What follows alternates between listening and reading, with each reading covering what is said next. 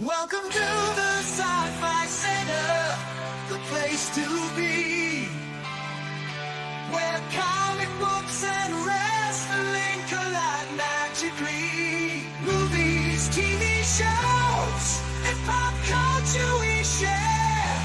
Get ready to rock, we're here to take you there. From superheroes to aliens in outer space, we've got the latest news and reviews in our embrace. Turn on your screen, let the neon lights glow. We'll take you back to the 80s. Let's rock and roll. Sci-Fi Center, where the legends come alive. Get ready to geek out, let your imagination fly. We're diving into the past with a touch of modern flair. Sci-Fi Center, the ultimate pop culture lair.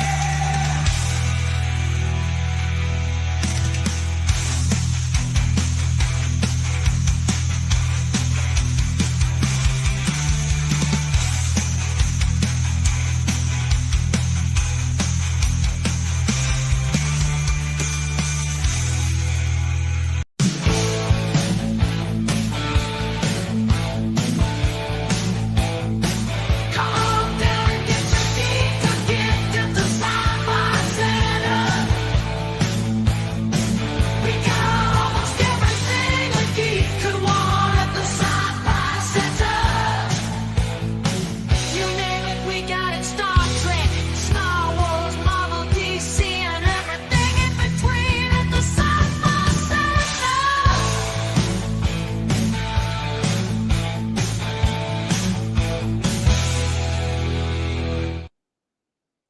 Happy Saturday and welcome to a somewhat normal version of the Saturday Overnight Live edition of the Sci-Fi Center Presents. Waiting for my co-host. I guess he'll randomly pop up when he does, but I'm your primary host, William Powell, the Sci-Fi Center. I'm coming to you from high in the sky in the commercial center. And congratulations on making it to another Saturday. Just finishing up watching what was called football today. After watching what I watched today, I'm almost certain that the Super Bowl champion is coming from the AFC. I said in a post I just made on my social media, I'm not even watching the remainder of the NFC games. I know who's left. I thought the best chance to stop one of those teams just got beat. The Detroit Lions, 18 defensive players on injured reserve finally caught up to them. I don't think the Washington Redskins, and I'm going to call them Redskins for now because I won't remember to call them the Commanders or whatever the fuck they're called. I think that if they run into an intact one of those elite teams that are like all there, I think they're going to get blown out. I don't know who's coming out of not St. Louis, LA Rams. They're here. They're in my hometown now, even though they abandoned it when I was a kid. The Rams and the Eagles, I think the Eagles are going to win. I think the Eagles could go to the Super Bowl, but whoever wins out of the AFC pool is in my opinion, you may see the first three-peat in NFL history in the Super Bowl, even though the Kansas City Chiefs benefited from some absolutely fucking abysmal officiating. They got two personal fouls in their favor that even the announcers couldn't snowball it over because they were bad and they were costly and they scored on both of them. I believe I know they scored a touchdown. Kelsey scored a touchdown on one of them. And those conspiracy theories about KC, and I see the refs with the red and yellow stripes and all that. I don't really believe in all that stuff because there are a lot of people who go to jail for fixing games. But what you saw today with KC and Houston, that didn't help. KC doesn't need help. They're good enough as it is. Like I said, I didn't think it was possible for a football team to three-peat given the physical issues you have just trying to make it into the playoffs. It's a brutal game. And when you've been in the conference finals the last 7 years, generally that's going to wear down on you. But the pool has thinned for them. The teams that started this thing, I don't see any of the remaining teams except for the two teams that are still in their conference, which is Baltimore Ravens and the Bills, and they play each other tomorrow. So you're only going to have to deal with one of those. Whoever emerges from the AFC Championship game, in my opinion, I could be wrong. That's why I'm not the people who built Vegas. I'm just here. I think that's your Super Bowl champion. I don't think the NFC has a chance in here. So, hello, welcome to the show, Brett. How you doing, man? How's it going, everybody? I see you. You went to see Wolfman. Yeah, I just came back from about 20 minutes ago. I'm gonna give you a couple of seconds because I got to run to the restroom. Go ahead and give me a review. I'm gonna skip this one. Okay. By the way, I'm skipping it because of time issues, not because I think it's shit. But before you start, yeah, I was about to ask you: are you skipping the review or the movie? No, I'm kind of both. But okay. If you are in the local area, here you go. Wolfman posters, full double-sided poster. I got a lot of them. Not only do I have that, but I got these, these are actually nice. Blumhouse usually doesn't, spend this kind of cash. Yeah, it's true. Generally don't. But sweaters, we got Wolfman sweaters. See, Wolfman sweaters. So go see Wolfman in theaters. Now from Blumhouse. I'm a city promoter, by the way, because I probably should have opened the show with something from them. But my mind finally is back where it's supposed to be because, like I said, I've had a tumultuous week. I won't go into the details; it'll bore you. But yeah, here you go. I got I should have worn this, but I didn't want to cover up my trademark. People don't seem to recognize me. But there you go, Wolfman shirts. If you are local in Las Vegas, swing by. I got enough. I got plenty. I'm not going to be shipping these out because, like I said, sometimes shipping. It depending on if somebody wants to pay shipping and handling, it might be worth more than the damn sweatshirt itself. But go ahead and give a review real quick, and I'll be right back. Yeah. So the Wolfman. Long story short, I thought it was all right. I wasn't quite as blown away with it as I was with the Invisible Man. I thought Lee Winnell, really did a fantastic job with that. But this, this was a pretty respectable follow up as far as the remnants of the plans for the Dark Universe kind of being retrofitted into being kind of more solo standalone horror movies. Funnily enough, the thing I just thought about this right as I got back, the thing that's actually kind of reminded me of like this take on the Wolfman really was you kind of reminded me almost of Cujo and Stephen King's Cujo, which is about the mother and her son kind of trapped in the car with the dog, the rabid dog pursuing them. This has like kind of a similar sort of setup to it with how the Wolfman comes about, and you have this small group of people hiding in this this one sort of isolated setting out in the woods. It's not certainly in a car, but it's also in their house. There we go. But yeah, it's like I think I might have been kind of his template for it was do like a little bit of like a Cujo sort of feel to it, with the kind of supernatural elements of the Wolfman. I do still feel like the look is probably of the actual Wolfman is probably the weakest. That was what I was going to ask you. Does it look as shitty as the picture that they showed? Because the ones I saw, that kind of turning me off. Okay, I'll walk it back a little bit. It does look a bit better in the movie itself, and there's, without giving too much away, there are multiple Wolfmen in it. How's it going, RJ? And there is a more fully transformed Wolfman in it. Okay. And that look is much better. That look is substantially better. Hey RJ, I wish you all the luck in the world. I mean, the Eagles went, they've won one and they've lost one. I'm looking at the scale, and I'm watching the level of NFC play today, and like I said, I don't.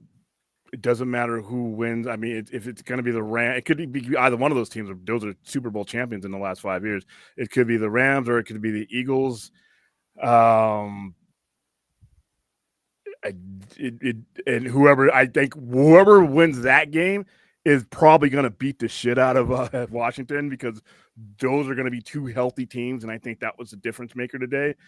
But Lamar Jackson is on some kind of level, and then you have the KC, they're like cockroaches, dude. I mean, they just find a way. They're either the luckiest team, and they don't look as tired as I thought they should look for playing all these games. And it wasn't just the calls again. I mean, yeah, those calls probably helped them, but I think they could have won that game anyway. You got the two teams in the AFC are better coached for the most part. You got Sean McVay in the NFC, but I just think they're going to get overpowered tomorrow by Philly. And out of the teams that are left, I don't see anything on the NFC side anymore that's going to. And you got Travis Henry. If he could have ran on some of these teams today, he could run to Vegas. He could have ran to Vegas on Washington. And the teams that are playing tomorrow, they ain't stopping that guy. That's a big dude coming downhill, and I don't think there's any remaining line outside of the AFC that's going to stop him. I could be wrong. Like I said, that's why they build casinos off of guys like me guessing. So I just don't see it from watching the game. But hey, I might be skipping that. We might have to do our watch along tomorrow because I don't think any of those teams from the NFC are going to beat the remaining teams in the AFC. So. All right, so go Panthers! Keep pounding. Ooh, what? Good. Panthers have been done. Rats never on time. Yeah, I didn't want to say that out loud. It's not like it's like it's. I came on like 2 minutes, like a minute and a half, and the stream started. It wasn't like the other night when I was getting my Daredevil, get up. That was ridiculous. That was fucking crazy. No, I had to do that because we had the trailer. It's like if there's ever a night. I mean, I did that back when I was Daredevil for Halloween. But if there's ever a night like not Halloween, I had to do it. It had to be for the Daredevil Born Again trailer. Incredible. Not really. This was a hard game to watch. It wasn't very well played by either side. Like I said, I think Washington was healthier because Detroit gave up a lot of big plays that they weren't giving up at the beginning of the year. Detroit actually started out the year with the season with one of the best defenses in the league, and little by little, they just lost. Like I said, 18 people in the reserve. Eventually, that's going to catch up to you. The Washington Commanders, that's a horrible name, by the way, did enough. They did enough against that kind of team. I expect whoever wins tomorrow to roll over them and get beaten Super Bowl by whoever comes out of the AFC. Let's see. The LA City needs the win. Unfortunately, I with the fires and everything coming from my hometown, I don't think that's going to be enough. But like I said, could be wrong. All right, so some of the things we're going to discuss tonight, we're going to go right into right now. If you all go on your phones and go into the TikTok app, you will see that it is not functional right now. So, there you go. So right as you open it up, it starts to play, whatever your last video was, but then it gives you sorry, TikTok is not available right now. A law banning TikTok has been enacted in the U.S. Unfortunately, that means you cannot use TikTok for TikTok for now. We are fortunate, and here's where they're throwing. Imagine if that's how they got around it. They just rename it TikTok. Yeah. We are fortunate that President Trump has indicated that he will work with us on a solution to reinstate TikTok. Once he takes office, please stay tuned. All right, here's the problem with that. What Donald Trump or any president can do, he can sign an executive order that extends gives them more time to find a final solution of it. But this is a law. This isn't something that a president can just overturn. He can do things. He can sign an executive order to give them enough time, because right now the reason why TikTok is off is because bipartisan when I mean both Democrats and Republicans. Now, Democrats and Republicans can't get together and decide whether the sun comes up in the morning and whether Christmas is on December 25th. Those two groups cannot decide, concur on anything. They concurred on this, and overwhelmingly. Yeah, so because I'm not fully maybe this is a good time to fill me in because I'm not even fully clear on what the reasoning is for the TikTok ban.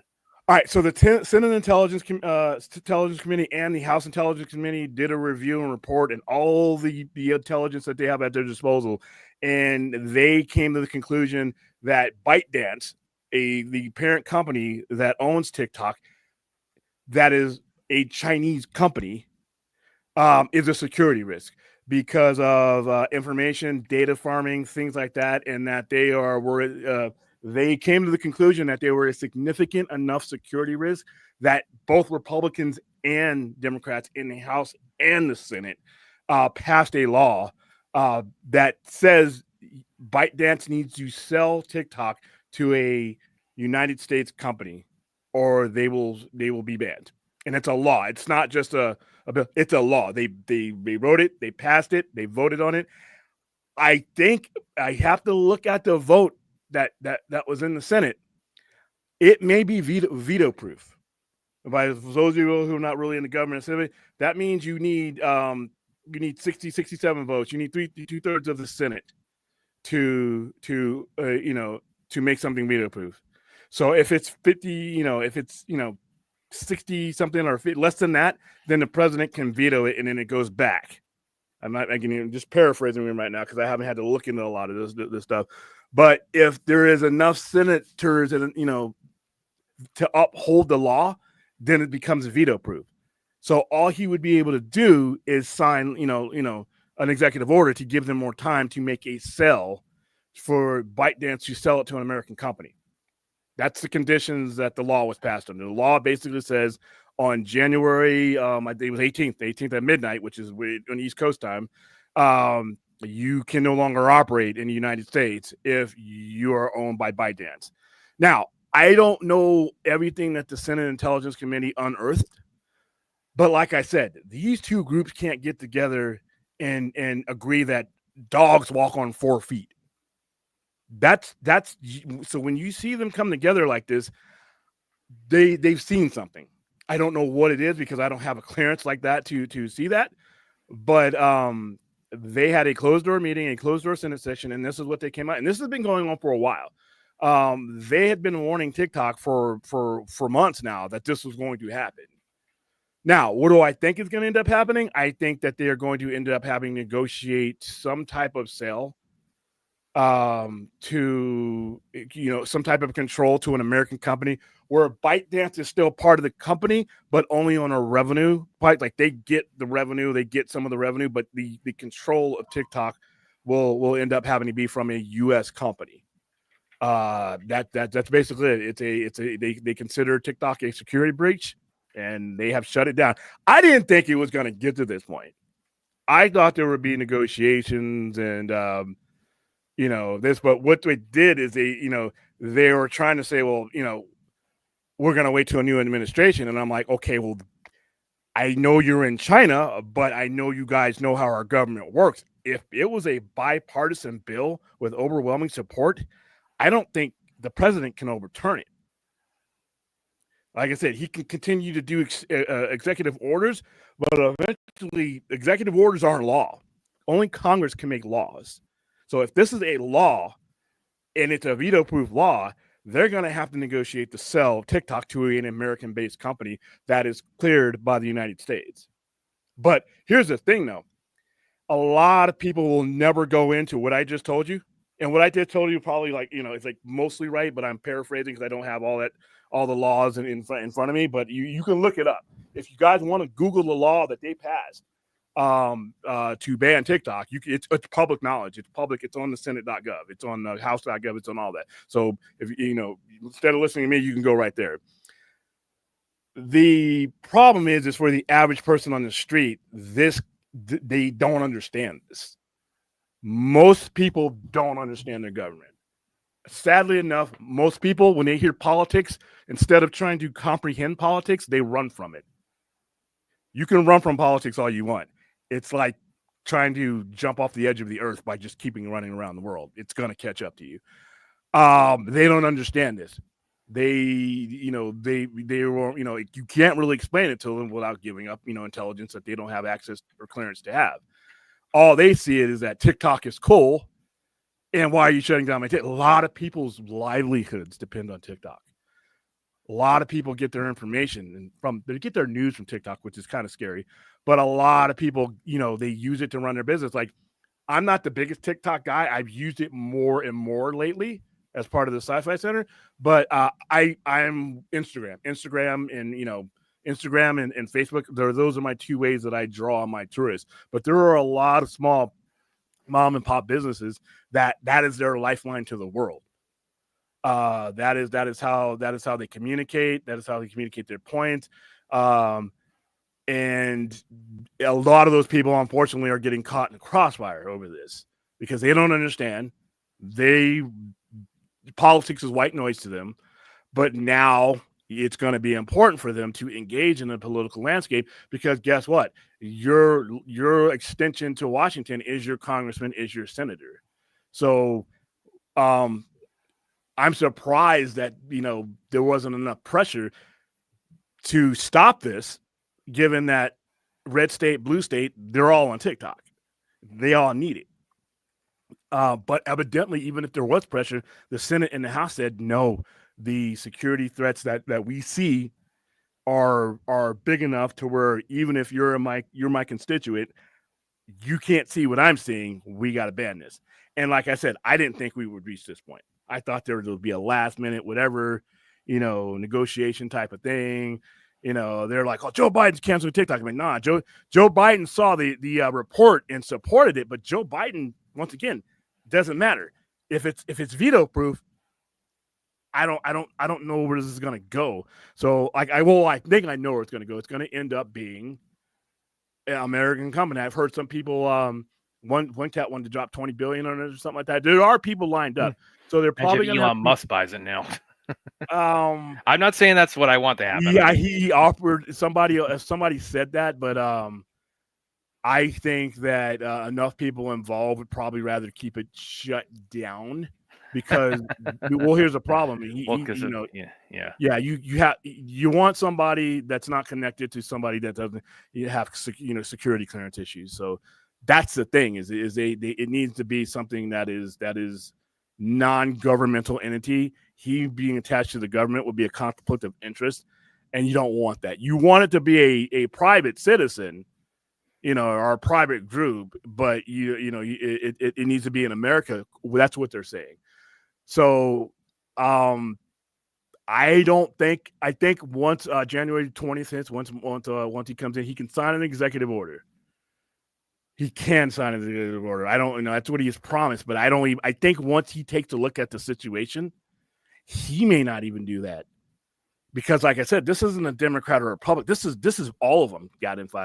And like I said, I have to look up the actual vote count to make it law. Well, it was over 60. I know that because that's how much you need to make it law. You needed 60 to, and it didn't even go into filibuster.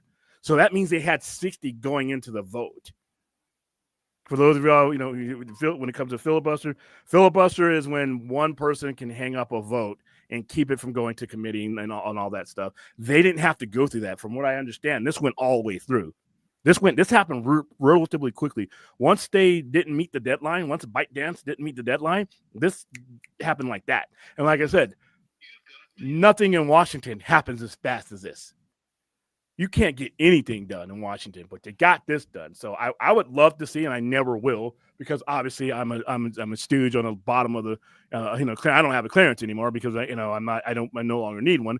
But the type of clearance that they had is top secret and secret level. So they've seen something, and I would like to, for the people who are being hurt by this, they need a better explanation than just we see some shit and it's a security risk. That's not fair to the consumer. Even if the consumer doesn't pay attention to politics, if you as a senator and a House member, if you are going to shut this down, and they have to shut this down, then all those people that are going to be injured by this really need a better explanation. You need to make a way, find a way to articulate why they don't have their TikTok. Like I said, a lot of people I know personally, they sell stuff on there. They communicate. It is a business tool for people. And then for those who don't run business, it's how they communicate. It's how they express themselves. And a lot of those guys are like, oh, this is the First Amendment.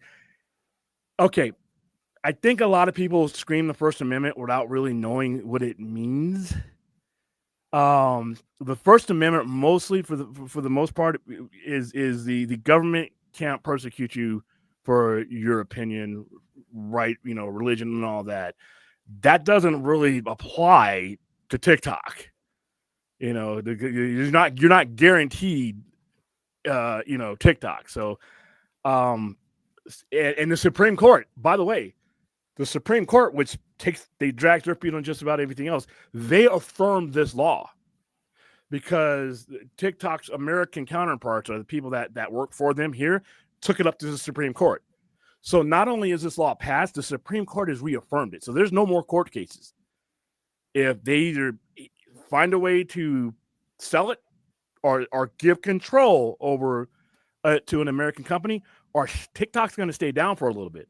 It might come back up again, but like I said, they'll get like a stay. They'll get, I'm gonna undo this, but because it's a law, an executive order is not going to trump a law. So no pun intended. yeah, no pun intended. But yeah, like I said, and our Congress has Article 1 power. Article 1 power means that you make the laws, and no president can overturn it. The president can make an executive order. An executive order is not a law. Any president that comes after that president can overturn that executive order. They can't overturn a law. That's why when people say it's an act of Congress, that's powerful. That's where the power is supposed to be. Congress did this. So I feel bad for the people who are going to be hurt by this, but at the same time, I want to know what they saw to cause this, because a lot of people in their constituents are going to be pissed at them, and they knew that going in. So I'm not, like I said, I'm not a big TikTok guy. I use it. I have TikTok. But yeah, it's this is a weird situation to be in. All right, why I don't care about this movie. I don't care if it's the 50th anniversary. That movie was horrendous. Yeah, Jennifer Garner went on to a much better Elektra role in Devil Wolverine. So talk about that instead. Well, you're in Australia, so yeah, I could have gone my entire life without ever seeing her in that costume again. She's done enough for me with Alias. Well, you're in Australia, Drogus. I mean, it's I don't know how. Yeah, TikTok is global, but it's banned here. So now I don't know. I mean, do you kind of foresee like other governments kind of taking a similar approach, or what do you think? It depends. Kind of like they can wait and see about like how this plays out stateside. Yeah, because we're going to be the largest market outside of China itself, and TikTok in China is not the same as TikTok here. It's structured differently. So the product that they give to America is not the same. You don't have a lot of the freedoms in China, obviously, that you have here on TikTok. So, and it's controlled directly by them. So it's I don't know. I don't see. I mean, okay, so you have what's called the Five Eyes, where you have all, you have people who are that share intelligence with the United States. I don't know if they'll follow suit at as well. I don't know. But it's possible, but it's very extreme. This is an extreme act. So for those of you all who make your living, I hope it gets resolved for you. I hope like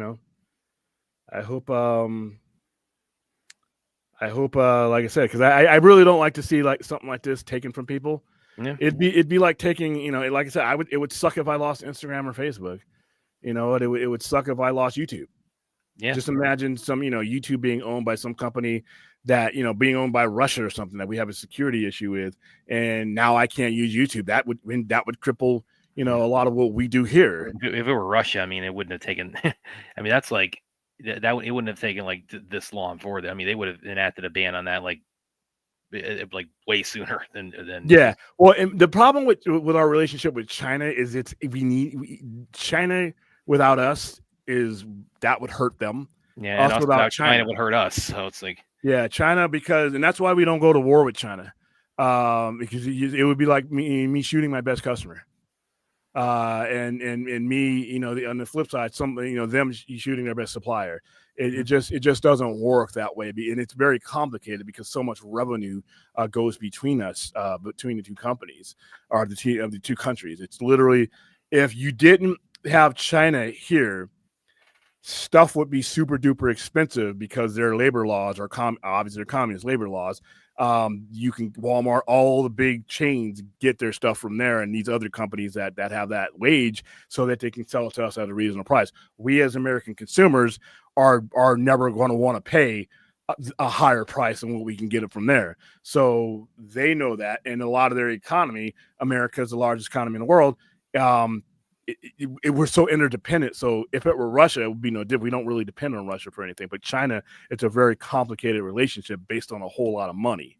So yeah, even with that complications, it's a tough one. Well, that like Taiwan also is like, I mean, the whole status of Taiwan like are also really kind of a that's a good example where like where there's this constant tension between like wanting to like prevent like any kind of military conflict between the mainland and Taiwan, and I mean, if that happens, that of course that disrupts a whole bunch of things between all three sides of that. So that's that, and that's why it hasn't happened already. It's Harper the Lions win. No, they threw 4 interceptions. They had 6 turnovers, but I think the bigger problem was that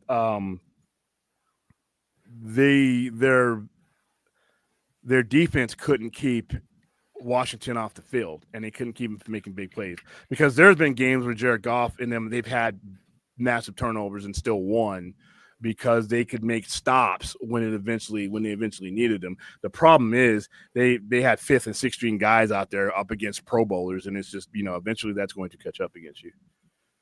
All right, so yeah, that's TikTok for you right now. So that's an evolving story, guys. Like I said, by the time this show gets off, who knows what would happen. But I think Monday morning, Monday afternoon, if he signs the executive order, that will keep it up and going. But like I said, and then he would have to negotiate. He would have to move some of those votes to the other side. And I don't know if they're willing to do that. So yeah, without getting overly political. I mean, it's as William said, there's it's once in a blue moon you can get both these two parties to agree on anything, and you've got one party that's very it's very much on Team Trump, and one that's very much not. So that also like throws a whole monkey wrench into into how that's going to play out. And they didn't give 2 shits about being on Team Trump because he was president-elect, and they moved this right on through. Mm-hmm. So Marvel Snap just announced that they've been banned as a result of the new laws. So it's not even just TikTok. ByteDance. Who does? I'd have to look at it. I don't know who all ByteDance owns. I know they own TikTok, but I'm not sure as far as who else they own if they follow under the same thing. But and I'm not sure if it's they shutting down TikTok. They really like I said, this is just a weird. Antonio Baker, to be honest, I don't feel sorry for the corporations because all they're trying to do is use our information against us. They don't give a damn about truth. Well, but here's the thing though, there's a lot of social media that farms your information. I'm pretty sure TikTok, I mean, not TikTok, but Instagram, Facebook, and YouTube probably have a file on me as far as like how to aggressively, come at me as far as advertising and anything else goes. I don't have shit that they can take, so I don't care. Personally, this TikTok thing, whether China owns it, China could be calling me on my cell phone right now and asking me questions, but I don't have shit. I don't. You want to mine my secrets? Go ahead, bore yourself to tears. But like I said, when it comes to, and to be honest with you, it's weird to see the Senate and them take their job when it comes to national security, things like that. They actually listed them as a national intelligence security risk. And like I said, when you call somebody into a Senate hearing, you have the best people at there. You have the NSA, you have the CIA, you have every person sitting there at your disposal. Yeah. So like I said, we will see. We'll see how it goes, but it's a big deal because, like I said, I know a lot of people that cross over into the science fiction horror field use it. I know a lot of movie companies use TikTok to promote and advertise. Oh, big time, yeah. And it is. We are a pop culture type channel, and it is pop culture. So, all right. So, now we're done with that one. So, what's my here we go. We are going to discuss the only superhero that has stayed dead. That is Marvell. Not just him, but when we were talking of storylines and everything, like with Frank Miller and things like that, and how there are certain people who just, when they say they want to do things their way, that is pretty much who Jim Starlin was. Jim Starlin is why you have what the beginning of the MCU is, because the Infinity Saga is based on his return to Marvel Comics, and it was based on a character that he cultivated, a group of characters that he cultivated, and when he stopped writing those characters died. Those characters are gone, and guys like Drax, Pip, Gamora, Adam Warlock, Thanos all died within a 2-issue span of Avengers, and they stayed dead until Jim Starlin was hired to write Silver Surfer. Silver Surfer 34, Thanos had been dead for a decade, and Jim Starlin came back to Marvel Comics to start writing that book, took over Silver Surfer, that was the first thing he did. Is Death brought him back because she wanted half of the universe gone. So that part about and when you watch the Infinity Saga, that part is true. It wasn't because Thanos had some moral, half of you are starving, I have to say. He didn't give a fuck. He was in love with Death, and Death was his mistress, and he was going to do whatever, and the more Death there was, the more powerful of an entity she became. So that's why he wanted to do it. That's why he went on they changed the soul gems to be called Infinity Stones, and he went on his quest to get those to accomplish that mission. But that was always Thanos' mission. His primary his primary foe during this period of time was the Captain Marvell. He throughout the 70s, this was the biggest foe he had, along with Adam Warlock, along with a lot of these guys. Hold on, let me get wrong screen. So there was a family of characters. Marvel graphic novel number 1. So for those of you who know the term graphic novel, this was Marvel's first graphic novel. They would come out in numbers. They didn't come out in things like this back in the 80s. They came out, and that's when graphic novels like that started coming out.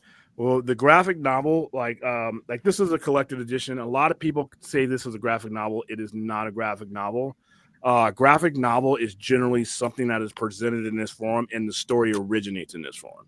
And that's what the Death of Captain Marvel was. It wasn't a collected editions of comics. It was this story that was presented, and it was the very first one that Marvel did. For reference, New Mutants, their first appearance was in Marvel graphic novel number 4. That is where those characters originated. And then every now and then, they would do like 2 a year, and they were big bookshelf formats, and that's where that story happened.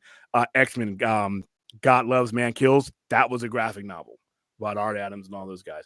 So this was the very first one that Marvel did. And there it is. The cover is exactly as you see it there. I don't have it here right now. I just decided I wanted to do this today. But that cover is pretty much says it all. It's Death cradling Captain Marvel, all the superheroes that were there when he passed away. And amazingly, this character, I always will make fun of fake comic book deaths because they all come back. They all come back. That's like when everybody's boohooing, oh, I can't believe they killed Nina. Yeah, okay, sure. Both her and Princess will be back. Fake comic book death. Literally, it just happens. But this is the one character that has stayed dead. Even the family of characters that surrounded him, the Thanos, the Pip, Gamora, Adam Warlock, all came back, but not him. It was one of the more depressing stories that Marvel has done, because it dealt with things that in the early 80s most comics weren't dealing with. The death of a superhero, mortality. Remember, we were kids buying this shit. Mortality and the inevitability of that mortality. One of the things that Starlin did with this is that, it wasn't your standard comic story. Oh, I've been poisoned. We get this magic rock and I'll be okay, or will clone me, or there was no miracle that was at the end of this. He dies. He dies in the story. Like I said, if you want, you think you're having too good of a day, Death of Captain Marvel is something you can read to bring you down. The way it's written, the euphemisms and the symbolisms that are used. What basically happens is years before, I think he was fighting Nitro. Nitro had some nerve gas, some cancer-causing nerve gas that he tried to use on somebody. And way I can remember it is Captain Marvell physically closed the canister that was in. It gave him cancer. Now, this was years before he dies, though, because he had the quantum band. I think it's negative band, I'm sorry. And now it's prevented him from the cancer from spreading. And when he no longer had those, or when they were no longer, I think they lost their power, his cancer started to progress. Unfortunately, those same devices stopped him from being able to be treated as well. So his cancer was terminal. And the whole book, 75% of the book is them accepting that inevitability. And for those of us who were reading 80s comics, this is like, fuck. This is like, they're really going to do this. And then even when they did it, I'm like, okay, sure. They're going to clone him or something's going to happen. Or, the Grandmaster who can bring people back from dust, we're going to bring him back. They never brought him back. The only time he came back was in Avengers Annual 10 when Death brought back a whole bunch of people to fight the Avengers. Korvac, all these people that were dead. By the way, Korvac's alive again. He was dead. But that's it. They, for some reason, and if I ever get a chance to interview Jim Starlin, I'm like, out of all the people that you killed and brought back, out of all the people in comics that have been killed and brought back, Jean Grey, I mean, you name it, somebody, Ben Reilly was dead. Ben Reilly, Scarlet Spider, turned into protoplasm, one of the worst endings of any Marvel comic story I've ever read. He's back. So like I said, it's like a bingo card of dying that, okay. And it really, in my opinion, sometimes hurts the story because you're trying to get the gravity of death, right? But when these characters coming back, like I said, Death of Superman, they're literally soliciting comic book stores about the return of Superman while they are killing him. So it really took away from the point of the stakes. There's no stakes. But when Captain Marvel, there were stakes. Now, they've written stories around him. He's got a kid, and all the stuff that they use the DNA to all, But for this comic book is probably one of the top 10 depressing comic books I've read. It's definitely the most depressing superhero story I've ever read. Like I said, Captain Marvel at that point was a mainstay. He was Avenger. You had the Kree Skull War. He wasn't a small character. It wasn't like they killed like the Owl off of Daredevil or some shit like that. Some character that's like, oh, I know who he is, but I don't care whether he lives or die. Captain Marvel was a legit Avenger, had his own comic. The Kree were big, and he was the most recognizable face of the Kree.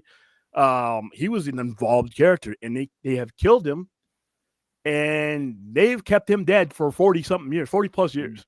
No, I think wasn't New 52 when they brought, just to slightly interject here. Was it New 52 when Barry came back, or was it a little bit before that? I think it was a little bit before that. I thought it. Dude, I think it was Rebirth, but I think it might have been the 52 because when all that happened. He was definitely in New 52, but was that the point where he came back, or I think it might have if it wasn't that, it preceded that by a couple of years, but it was relatively close to it. Okay, sorry. It was the final one where they settled on that timeline for a while. Oh, what am I thinking? Yeah, it was before that because it was Flashpoint that led into New 52. So Flashpoint that led into and then just that I try to move those three stories out of my head. But yeah, the Death of Captain Marvel. If you get a chance to pick this up, please let me know what you think about it. Especially for some of you new collectors. Like I said, for an old school collector like me, they didn't do this. And I always try to bring up when, it's why I call them turning point stories for the most part, is because like same thing with Chris Claremont, Frank Miller, and Jim Starlin is right up there with them. These are guys that were doing things that were you didn't kill characters like that. You killed B characters. You killed C-level, Gene DeWolf got killed, detective.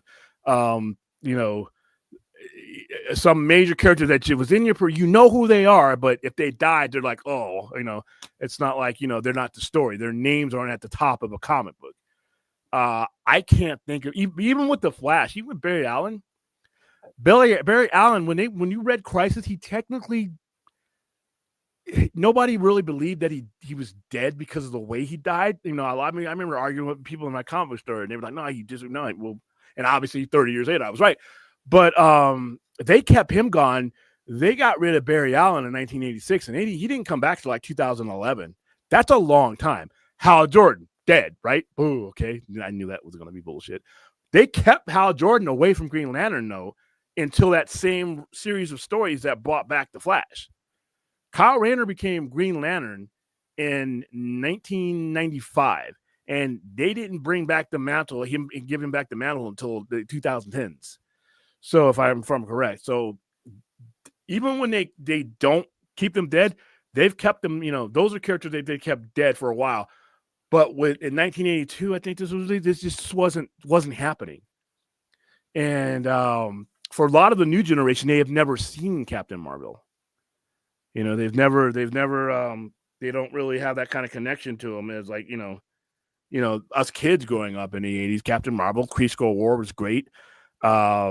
He was always trying to, the Kree, who are a bunch of dipshits. So were the Skrulls, but they were always trying to manipulate him and question his loyalty. He was a really complex character. But Jim Starlin's business to kill his own characters is something he's known for. A lot of the MCU characters that you guys see, like Gamora, all these characters that that are involved in that storyline, they don't, Jim Starlin killed him, and they were popular. Adam Warlock was popular, killed him, and the way it's kind of cool because he comes out of the Soul Gem and turns Thanos into dust. Actually, at the beginning, the opening pages of this is Star Fox and them they're going to collect this dust statue that Adam Warlock turned Thanos in when he killed him. But it turns out they were all, because he used the Soul Gem to do it, all of them had been enveloped into the Soul Gem. That's a dirty way to do it, I guess, but that's fine. But that Captain Marvel, they could have brought him back.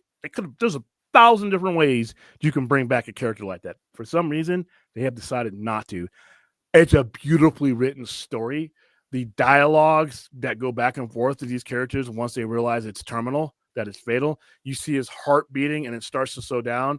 At the end of it, they never really expressed, they say it's a dream, but I've always taken it for it actually be, Thanos.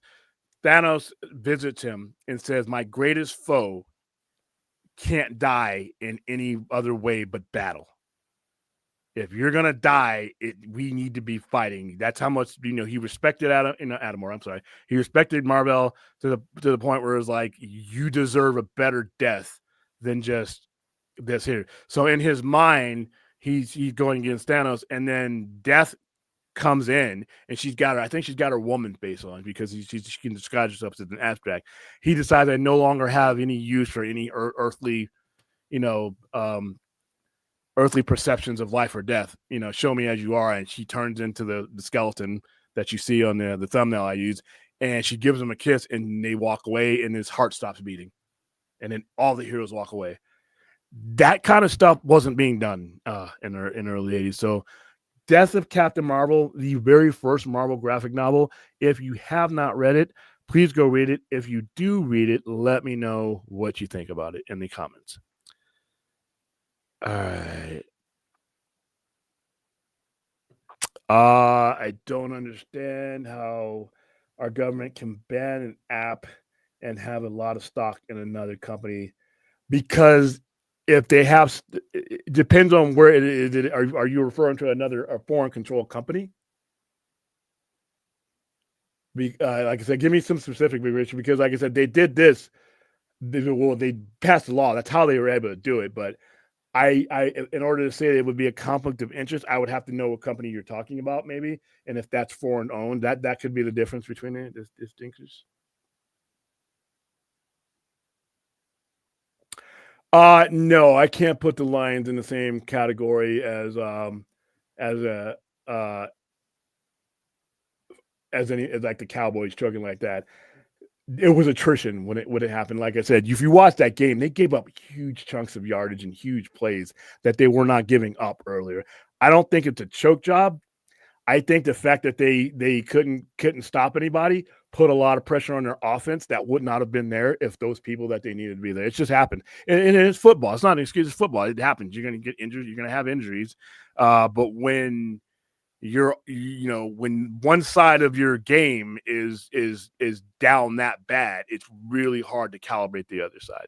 I would see if they were healthy and everybody was there and they came up short. Like I said, the things that Washington did was because of those 18 injured reserve players.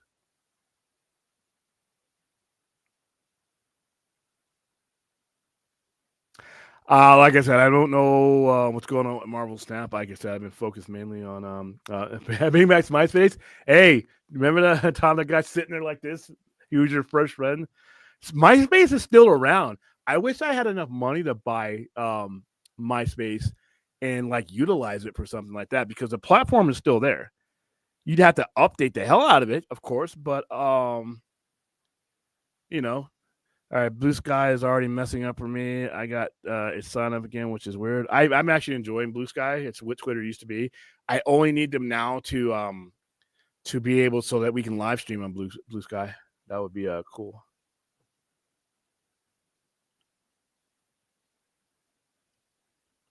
All right.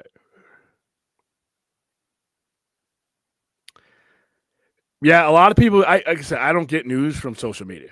I get news from news. But yeah, a lot of people get their news. They get their information. When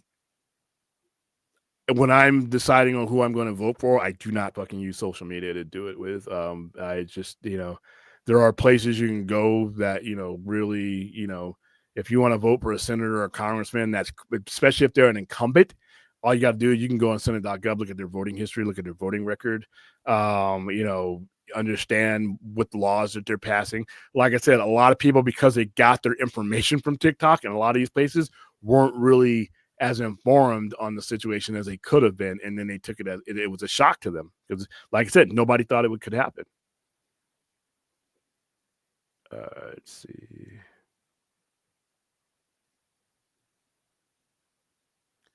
Yeah, Thanos is a thing. He was in love with death. That was literally his thing. In the MCU, they're trying to make it like he's some complicated whatever. I'm like, no, he's not. He was crazy. He fell in love with the idea of death and then the personification of death. And once he did that, everything Thanos did was to prove his worth and his love to her. So yeah, he was a simp. Yep, that's a good word for it. Yeah, they hinted. I love that too. I remember being in 2012 in Avengers because this was back before. With spoilers, no one knew what was going on as much. And I will never forget when those Chitara would, they're in his throne room, and they said to these Avengers, these humans they're going to kill us all. To court them is to court death. And then when you see Thanos turn around right at the same time, my crowd that I was with lost their minds when that happened. The Sandman is Netflix. It's a DC Comics IP, but it's currently being done by Netflix. I thought he was in love with Sword Sister. I forgot the name. Hell, no, he had like an affair, but no, his primary, she's a side gig, I guess. Hella is who you're talking about.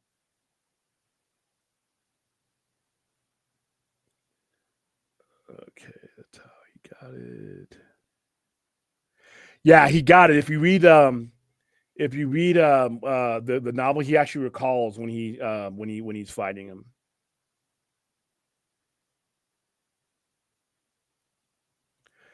Daniel Martin. There used to be a saying about the only characters that stayed dead were Bucky, Jason Todd, and Uncle Ben. All right, let's go through those. Bucky's back. Jason Todd is back. Uncle Ben is still dead, but who knows?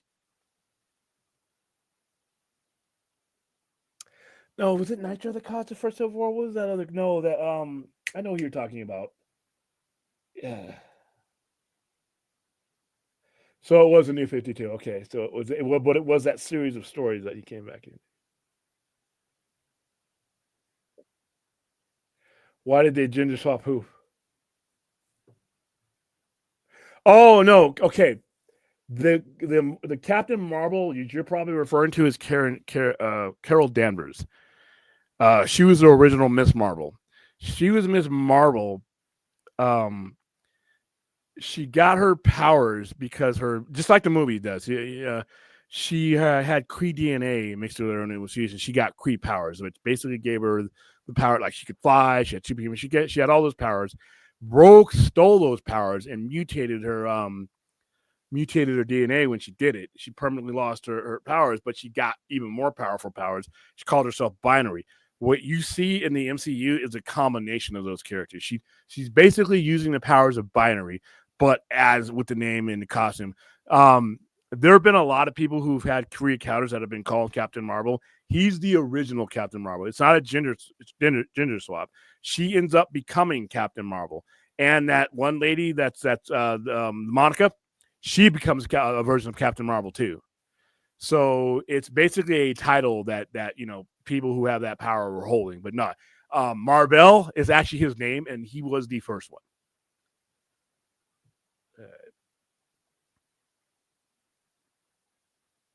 Yeah, like I said, he dies at the end of Crisis. Oh, they killed Polka Dot Man. Yeah.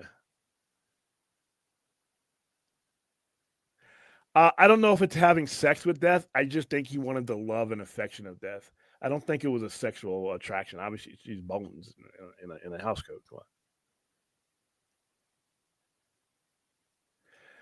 on. Do you guys think they will keep both kids alive in some Superman stories?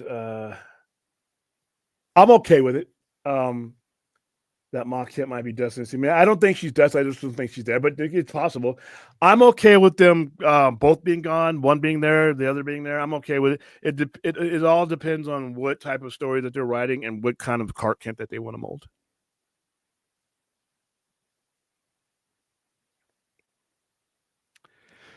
Even if they were, it wouldn't matter, Daniel. Meta's an American-owned company.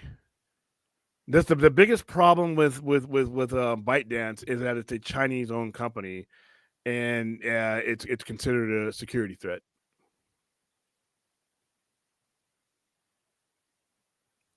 MySpace, boy. I think I still can log into my page. I'm not sure. Yeah, Justin Timberlake bought it, but I think he sold it to somebody. But it was a good musical platform for people who wanted to sell music. Where'd Brad go? There, you're just off camera. No, Thor's sister was Hela, who is the goddess of all that in the Norse mythology. But she wasn't death. She wasn't the embodiment of death. He did, but he was so recognizable, though. I mean, like I said, he did. You saw the evolution of what Thanos looked like as he went, as he went about. But yeah, he's evolved. But at the time when we were sitting in that theater, it didn't matter. We recognized him as Thanos immediately. All right. As soon as Brad gets back, I'm going to go ahead and switch over, and I'm going to we're going to start talking about Funko Pops. Well, I always thought Darkseid was more evil. It is especially the new books that Darkseid is evil, but you also got to think about when from our point of view he's evil, but from his point of view we're ants. Yeah, we're ants. We're to be stepped on and pushed aside. He doesn't care, and to be used as slaves and everything else. But that's just what he is. But he's always been portrayed as evil because he doesn't give a fuck. But the other fourth world characters like High Lord, the guys like that, Orion, Orion. The people that are from Genesis characters, basically. It's just because the powers that he has and the energy he has access to, that's an evil form. That's kind of why it's kind of like you see in the Absolute Universe. That's what his power is. Funny you should mention the Stu music, man. Because I literally just today I went over to my comic book store and I got issue 4 because I was a little bit behind getting these. So I got issue 4 of Absolute Batman, and issue 3 of Superman and Wonder Woman. So because I Sold want out both of those. God, that's I mean, I'm loving this what they're doing. Absolute DC, and apparently everybody who's reading comics right now is too because it's. I mean, I'm sure you can probably attest that it is Yeah, I'm selling out very, of very well. Absolute number 4. I sold my Absolute number 1 Wonder Woman variant up here that I had to replace that. But yeah, we're gonna go deeper into Absolute because we've missed a couple issues. I'm gonna wait till issue 5. I'm gonna wait till issue 5 because once they all reach issue 5 again to really go. We might go over a couple issues in the next couple weeks, but issue 5 is when these first story arcs end. The origin stories and and that's in March or just before March, and that's when like we start getting like February for Batman. Yeah, and then Wonder Woman, Superman wrap up in March, and that's when we start getting Flash and Green Lantern and Martian Manhunter. Yeah, Martian Manhunter looks like some Art Deco shit. Well, again, it's like it's not often he gets his own book. William, I really want to be in the theater when we see the reaction on your face when the end of Secret Wars we have crying. You know what?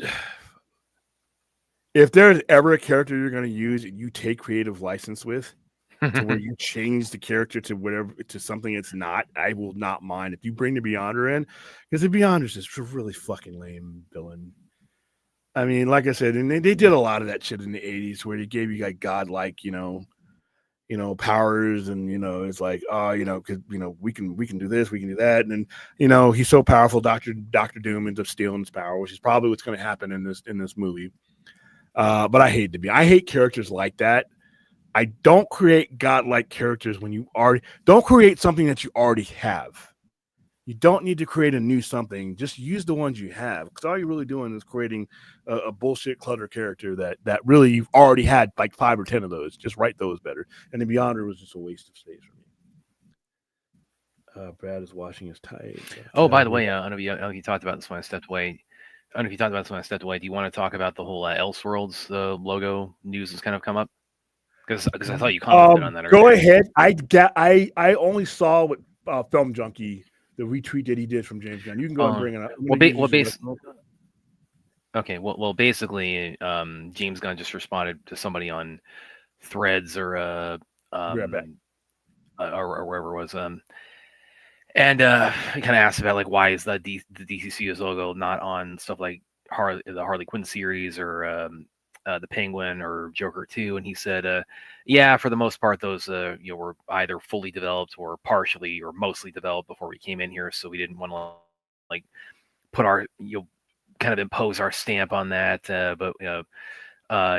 But he did mention also we are going to. I'm going to see if I can find the actual comment here, but it amounts to it's like. He told them, yeah, we're also behind the scenes. We're working on developing, an Elseworlds logo that we'll place on, non-DCU, properties that are going to be under DC Studios. So, of course, that means, anything that's not within like the connected franchise, but it's still DC. You'll have the DC Studios logo, but we'll also have the DC Elseworlds logo. That's put on all movies and shows that are not part of that. So. And of course, that got to, lots of commentary pertaining to that today, including on one specific topic. Of course, how could it not? I mean, it's what I keep saying, and when I write about this, is like, yeah, this ain't going away, no matter what, Warner Brothers, DC, what do you want to think about it? It's not going away. But anyway, I'm having to take the withdrawals. No, I'm not.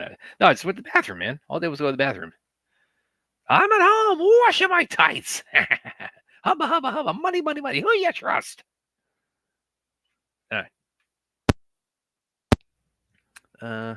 No, my phone's right there on the bed behind me. Yeah, my phone's okay. Yeah, but anyway, oh, hey, Aaron, how's it going?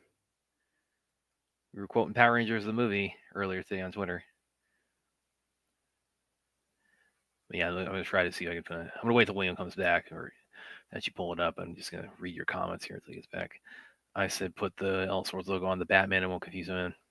Yeah, I could see them doing that. But anyway, that's something William's been saying.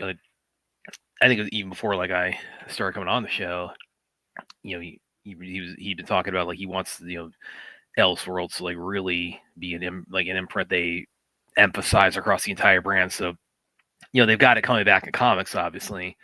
So we'll be seeing that, the logo, the Elseworlds logo, in the comics line, but he says, you need to, make that a brand, make that a silo that people, that's unmistakable to people. So, it's a recognizable logo. I'm kind of curious, like what form that'll take. Will they just kind of like take the, what the Elseworlds comics logo looks like and just kind of put that on, just recreate that on Elseworlds movies and shows?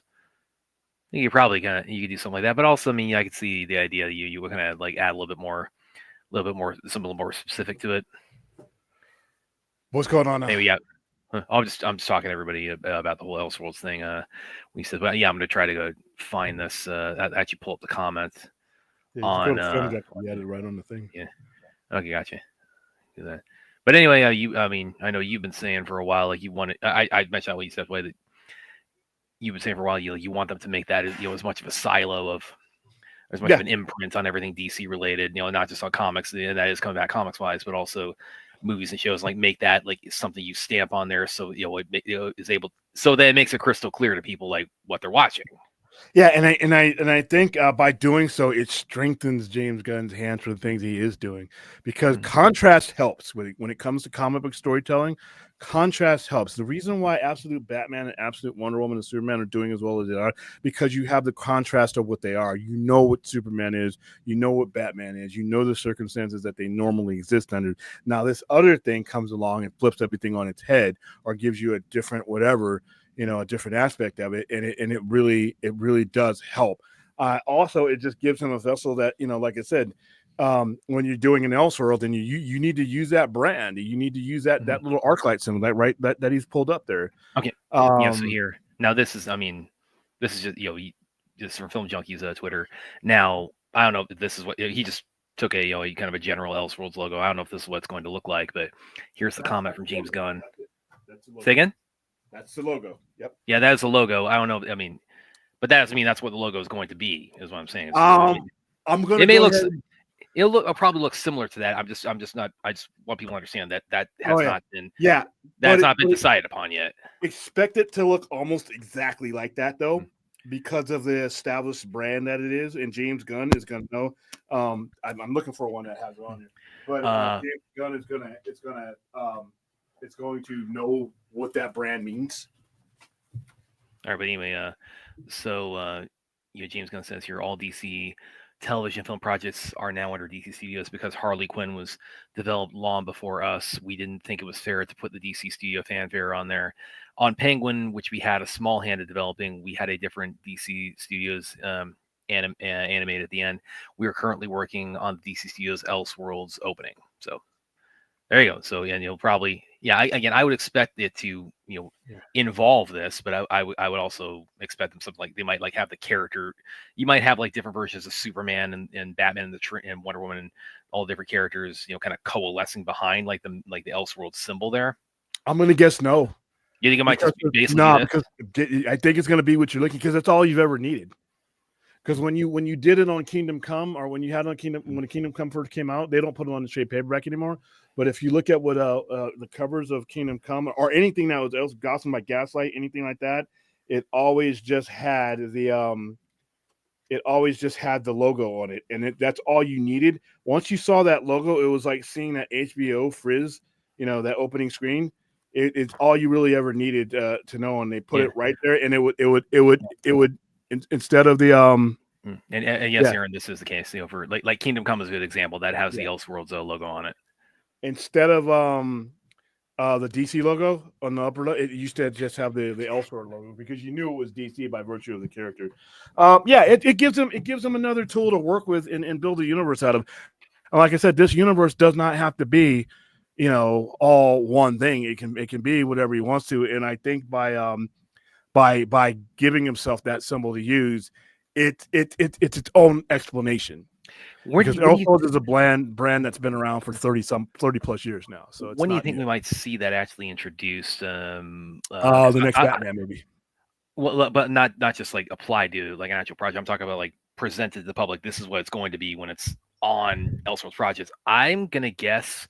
I wouldn't be surprised if like they show something like that at Comic-Con this year, where they say it's like this is what when we do Elseworlds projects, expect to see this logo in front of those. If there's a project it applies to, yeah. If there's not, I don't think you'll see it until it applies. You know what I mean? Like, so say if we have like the Penguin or whatever we're getting, who knows when we're getting this shit again, but for something that is like that he's designated that is not in the core universe, then I think that's when it'll be used. Like whenever, like I said, when the Batman 2 happens, or when when something happens that is not, that either did not originate under him, like Constantine, like the Keanu Reeves Constantine, right? That would probably be, if they ever got that movie made, you would see that logo on that. Actually, here's another thing I just thought of too. This could maybe like be something that could help, be a kind of a good business tool for, a tool for them business wise. Could you see like in kind of reissues of like pre DC Studios movies and shows, could you see like the Elseworlds logo applied to that in on like Blu-rays or on like reissued like with the first Constantine? Like, could you see that, like, if they do a reissue, for like 20th anniversary, which is this year, by the way, could you see like the Elseworlds logo applied to that?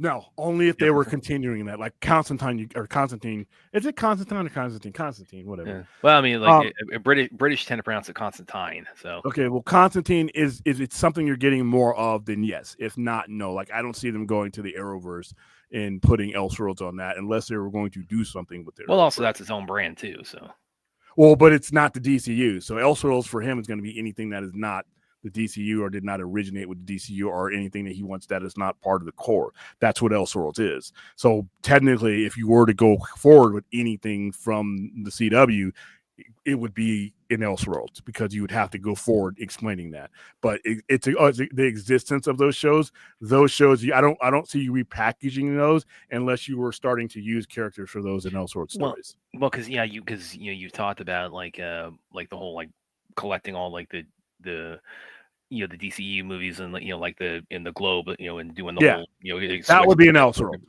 But yeah, that's what I'm saying. It's like for like a reissue for like a box set like that, would they put the Elseworlds logo on that?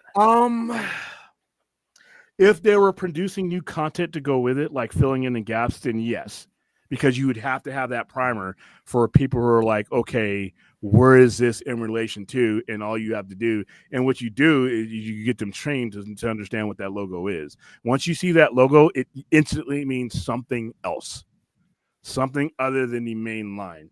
Something is different. That's always when we saw that in comic books, when we saw it on the cover, when we saw them, in the previous magazines, we knew as soon as we saw that logo up in the corner, we knew it was something different, that it did not apply to the mainline universe. So I think that's what they need to do across the board, is they need to get people used to that logo. For me, I would be doing like you said, I would be having that logo plastered everywhere so people have a basic understanding. So when they do see it on a product, they understand. But I don't think they're going to do it until they actually have a product. That's just how I think. Well, and of course, this is the elephant in the room everybody's kind of zeroing in on with the. It's not really an elephant. It's just it's a one-word answer. Yeah. Then we go on to the next question. By the way, Aaron, yes, I did see this, Aaron. Congratulations, Henry. He just had he and his fiance. I think they just had their daughter. I think it was just born. So yes, congratulations, Henry Cavill. All right. I'm going to switch over. Oh, I was about to. I don't know if I should bring this up then. What is it? Was a comment Anthony had, and I guess this is kind of Elseworlds related. What Brad William, can you explain to me what the obsession with people wanting to put Matt Reeves' Batman into the DCU as Gene comes back? See, okay. we went over that really in length. See, here's one theory I've kind of developed, is that I think I've seen a fair amount of comments being made of basically like fans getting impatient with like how with Matt Reeves taking as long as he is with them, and I think a lot of them are kind of like almost trying to like use this as a kind of like an ultimatum. In the that no one's going to listen to, by the way. Yeah, but the idea, like, okay, I mean, I've seen people phrase it this way, where they said, okay, James Gunn needs to like put his foot down and tell Matt Reeves, okay, either get your act together on this, or we're either canceling this, or we're gonna or we're gonna retrofit this into my plans. if you can't actually make this work, but we should retrofit this anyway because this is what the fans want, kind of thing. It's like that's a lot of what I've seen. So I think a lot of it is born out of impatience. But again, that's just kind of. I think it's born out of nonsense. Well, impatience. I mean, a lot of impatience is rooted in nonsense. So. Yeah. I hate this question. I understand why you're asking it because I know the answer is so stupid. It makes my eardrums hurt. It is the laziest and most unimaginative thing you could ever do. I am disappointed in my fellow fans for wanting this. I am disappointed in my fellow fans for even adding fire to this. You're telling me basically you don't have an appreciation for either if you're trying to do this, in my opinion. I hate this question. Not you, Anthony. Because I know the answer is just going to irk the shit out of me because it's just stupid. We went over this a couple weeks ago in length, but it's stupid. I wish it would stop. If you have respect for what Matt Reeves did, if you have respect for what James Gunn is doing, then this should stop. All right, it should stop. All right, and I hope we see less and less of this nonsense as time goes on. All right, here's where I am going to switch over to my. Go ahead, you can take that one off. I'm going to switch over to my cell phone, and we're going to talk Funko Pops. So I will be right back. All right, I'm going to read some comments here, and that's the rational. Let me see if I can find the one you're talking about that you left for me. Let's see if we can find rational skeptics. Can you put it again there, rational skeptic? Because I don't think I'm seeing it here.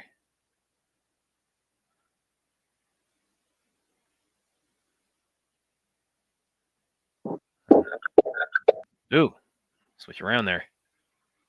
So now we see what sitting behind William's desk feels like in in the Sci-Fi Center. Oh, okay, here we go. William Brad, do you think we're still getting live action Elseworld Superman like Michael B. Jordan's Val Zod and Coates? I don't think we're seeing that coat that J.J. Abrams, Ta-Nehisi Coates one. I think it was just I think that's been just a lot of hot air around that one, and that was greenlit like the previous administration. So, well, they are contractually obligated to do it, so it's gonna happen. Yeah, I mean, I know a lot of fans don't think it's gonna happen, but fans don't sign contracts. And then Michael B. Jordan, yeah, that's the one I actually would be interested in seeing, the Val Zod one. So, and he's a big star. So, I mean, once they get the ball rolling on Elseworlds, I mean, we might see that one. All right, so I want to get. Hold on. Wait a minute, William. There's Bane right there. You're selling Bane. You hate Bane, but you're selling him. That's a lot of stupid shit up here that Funko Pops on there. I'm not a big fan of Ultron, but there you go. All right, so hey, here we are. One of the Talk Funko Pops. Really big seller for me. I am a huge fan of Funko Pops. I love having them around. As you can kind of see right now, here's a widescreen of this is the main Funko wall. When it's full, there's about 347 Funko Pops that fit up here, and it goes all the way up to the ceiling. I have the regular ones, and I also have, I don't put a lot of these out because they're kind of big, the 10-inch ones. I have a 10-inch Superman that's coming in, and that'll go there, and a 10-inch Indiana Jones that'll sit right next to it. But I don't put those over here a lot because they take up a lot of space. So my favorite ones, and no matter how I sell these, I get them back in, and these are the Blade Runner Funko Pops. All right, I have all of the original, and I have all of the 2049. So there is Rachel from Blade Runner. There's Roy Batty, rest in peace, Rutger Hauer. There's Pris, and there's the original Rick Deckard. Then we go over 2049, and we have Officer K. We have Neander Wallace, which is Jared Leto's character. We have Sapper Morton, who has the most important 7 minutes that you have in a movie. He sets the tone. There's Love, and then it's a duplicate of Officer K. Joy, who's the AI hologram girlfriend of Officer K, played by Ballerina. And then you have the old version of Harrison Ford. Some of the cooler ones that I had are this is the Captain America from Endgame. As you can kind of see, if I get it in there close enough, he has Thor's hammer in his hand, and he's got the broken shield there. I got a lot of the Marvel zombie ones. I bought up a collection for Marvel zombie ones, and there's Marvel zombie Doctor Doom. Aaron says, "Holy hell, you got a whole lot of Funko Pops in your store. Are you going to be getting any Wicked ones?" I'm kind of surprised they haven't done Funkos for Wicked yet. They have. It's just not my market. Here's a Spider-Man one from No Way Home. I have the Doctor Strange one from No Way Home. Here's Tom Hanks' character. Oh, they got Tom Hanks character for Castaway. Wow. Yeah, they got a Funko Pop about everything. About the only good thing that came from that horrific movie, that's Trinity from Matrix Resurrection. Tiffany from Resurrections. Trinity, yeah. Whatever. Oh, and there's Zombie Gambit. So I got a lot of those, and then MODOK, Zombie MODOK. Also, if big Iron Maiden fan, so I have all of those pops from him. So those are kind of cool. What else is Wonder Woman? I had all the Wonder Woman pops at once, but this is the last one I have from the actual movie. Dr. Maru. You can kind of see her face thing that she had on it. Right there. That plastic face cover. Yeah, Joe fans, here you go. Storm Shadow, Snake Eyes, Scarlet, and Zartan. I wish Zartan changed color. Some of these I have they show the form of the character in their comic book form. Like there's a scroll, and then there's the MCU scroll. There's Talos. All right, and then Kraven Hunter. It's one of my favorite ones. I like the design of Kraven Hunter. More Iron Maiden ones of each album. These ones I just picked up. There in the thumbnail. The alien from They Live. There's only 2 in this set. There's only 2. I thought there was going to be a bunch more for me to get. That's it. Those are the only 2 that are in the set. So it's the alien, the exposed alien. Read the newspaper, and if you look real close on the newspaper, it actually says all the consume and all that stuff on it. And then there's John Nada, who is Roddy Piper's character. So only 2 in the set. I thought there would be more. Our favorite show, The Penguin. Watch along for that show. There you go. Cobb Vanth from Mandalorian. Classic Wonder Woman. I like to get the classics ones when it comes to the DC characters, because they just have a different design, and that's the Wonder Woman, the classic Wonder Woman. You can kind of see her outfit is closer to the TV show. Now, here's some contrast. That's an Aquaman, and he's on his little. This is a Jim Lee Deluxe. You can kind of see he's riding his little creature there, and it comes with him. And then there is Jason Momoa as Aquaman. So there's a contrast between how he looks in the comics traditionally, and then how he looks in the movies. And then you have the character that they copied, and that's the Submariner. Let's see what else we got here. Tywin Lannister, he drinks and he knows things. He comes with a shield. This is another cool one right here. This is Golem. I'm not a big Lord of the Rings fan, but I don't necessarily sell everything that I'm a fan of. This is when he's invisible. You kind of see him. Kind of cool there. Funko Pops are the cool thing about Funko Pops is that they can be made out of anything. Anything that's pop culture, people love them, and it's a way, even if they're not into the science fiction, horror, fantasy stuff that's predominantly in the store. Funko Pops are a way in for everybody. Everybody, the whole family can get into these because they make them out of everything. Here is Ravonna Renslayer, but more importantly, it's Miss Minutes. Right there, there's Sylvie, and then there's Kid Loki. And I had one with the alligator. I had him with the alligator, and then I had the alligator Thor himself. There's Sam Wilson as Zombie Falcon. I like these are kind of cool because when they have to add other stuff to them other than the regular wolves, like you see his wings back there. The Riddler, serial killer version.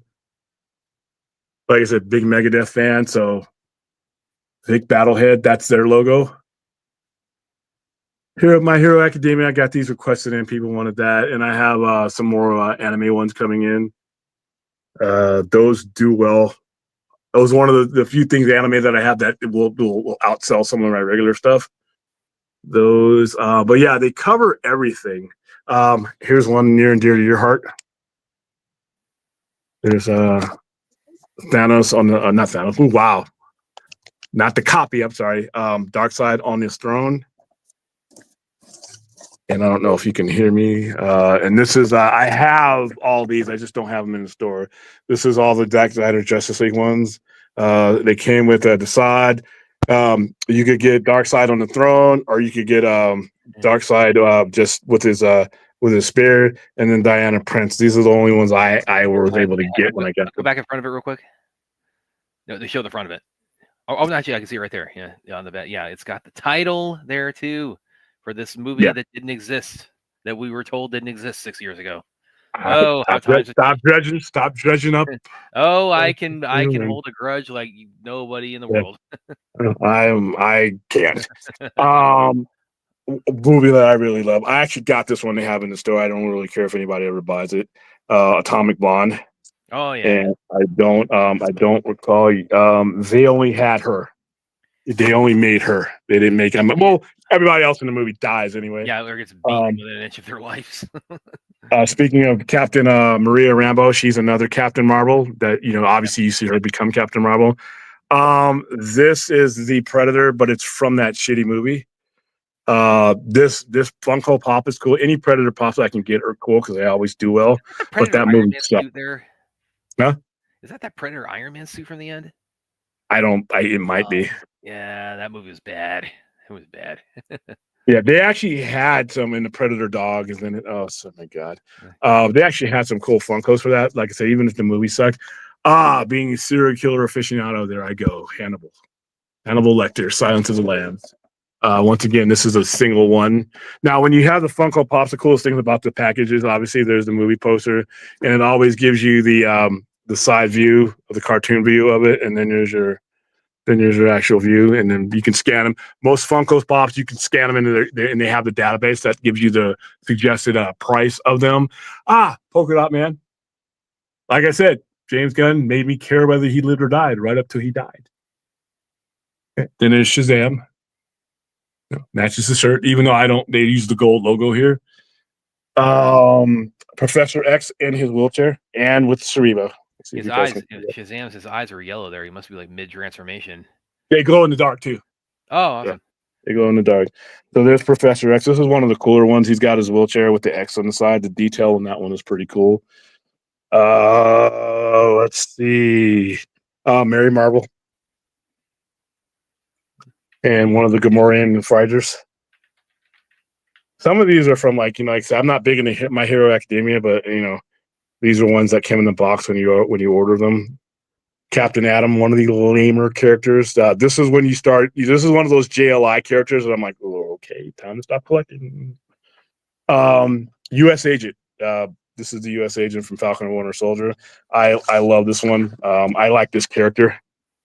He doesn't have his shield in here. He should, but here's I had all these at once, and this is all of them. You could get Falcon, non-zombie Falcon. You had Baron Zemo in here. You had Sharon Carter, U.S. Agent, Captain America, but the Sam Wilson version with wings or without wings. Winter Soldier, the other operative that they had in there. Those are cool. Chuck Cage is any Arnold. What are you doing? Show Arnold, time me now. They will let out do it now. I had your accents are horrible. I had almost every character he's ever played. Second? But I don't have any currently right now. Here's Gears of War, Del Walker. I'm not a gamer, but a lot of the ones that do well here are game. There's Doctor Strange from No Way Home. With his shovel when he was doing the shovel in the snow when you first see him. William, when the movie Prey came out with Amber Mid Thunder, did they do any Funko Pops for that movie? Not that I know. That I know of. I'm pretty sure they did. I never saw them and I never got them. Okay. I don't know if they did marketing for that because remember they weren't going to get a theatrical revenue from it. So big fan. This is the lowest I've had of Stranger Things. I used to have every Stranger Things character. I used to make sure I had them in, but I got to get up on it. I only have Robin and Lucas now, which is kind of sad. But the other popular characters are they sell real well. So what else is up here? Let's see. Some of them are I get a lot of duplicates because sometimes I buy them, and when you buy them in boxes, it's it's beneficial to be able to get them that way. I don't. And you might end up with 5 or 6, I like don't think Star also Wars. when you stream in the store, from from the front desk there. I think that really kind of I mean, 'cause you did this a while back, like back in August, or a little bit before that, even where you like picked up your phone, like took us to the store. It's like, again, I don't think people really get like the full impression of like you've got more. The Sci-Fi Center's it's from where Pretty Williams big. streams, you would think it's a smaller space than it is. I think. Oh, let's look at this. I just rebuilt this. This is why it's a little bit disorganized, and I sold a giant Batman figure that I had up here, so this is gone. But this is the Batman section here. I think I've shown you guys this before. That's absolute Batman right at the top there. Yeah, I have all the Batman. I incorporated. I rearranged the store today so where I can have absolute Batman, at least one issue of it here, with all the standard Batman stuff. And then if you look over here, I actually have an absolute section I'm setting up with signage and everything else. They're not in any particular order right now. I just wanted to. I sized them up so I know exactly how much that's space cool. I need. A whole absolute section. Yeah. And on top of here, there's going to be a huge absolute sign that has each absolute character that's out. It'll be permanently here, and then all the variant covers are here. So here's like all the variant covers, the sketch covers, and this section will be like this. They've got some awesome variant covers. Yeah, so that'll be set up there. Here's some more Funko Pops. This is Crossbones. Some of the ones I don't know why this one's over here, but they do like little special ones like this, like small X-Men ones. Emma Frost, I got like 5 of them because she came with a bunch of things. Some of them are ones I know I'm not going to sell, like Wally Warheads, things like that. I'm like, okay, that came with you get an oddball one, like okay, I got Joe Bruin. I have no use for that, but hey, it came with a bunch of other ones, and then like White Man Can't Jump. Never going to sell that. I know I'm never going to sell it. It's more of a joke. There's my Deadpool. Popcorn bucket. Popcorn, yeah. And this is some of the leftover ones that you see over there.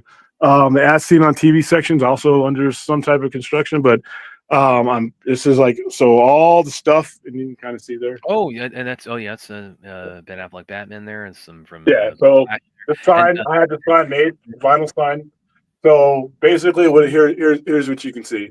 So the top there, you see the actual Avengers from the comic, and then there's the Avengers from the movie, and then there's all versions of Spider-Man. So this is Alex Ross Spider-Man in the background, but your 2 real life, your cartoon version, and then your Holland.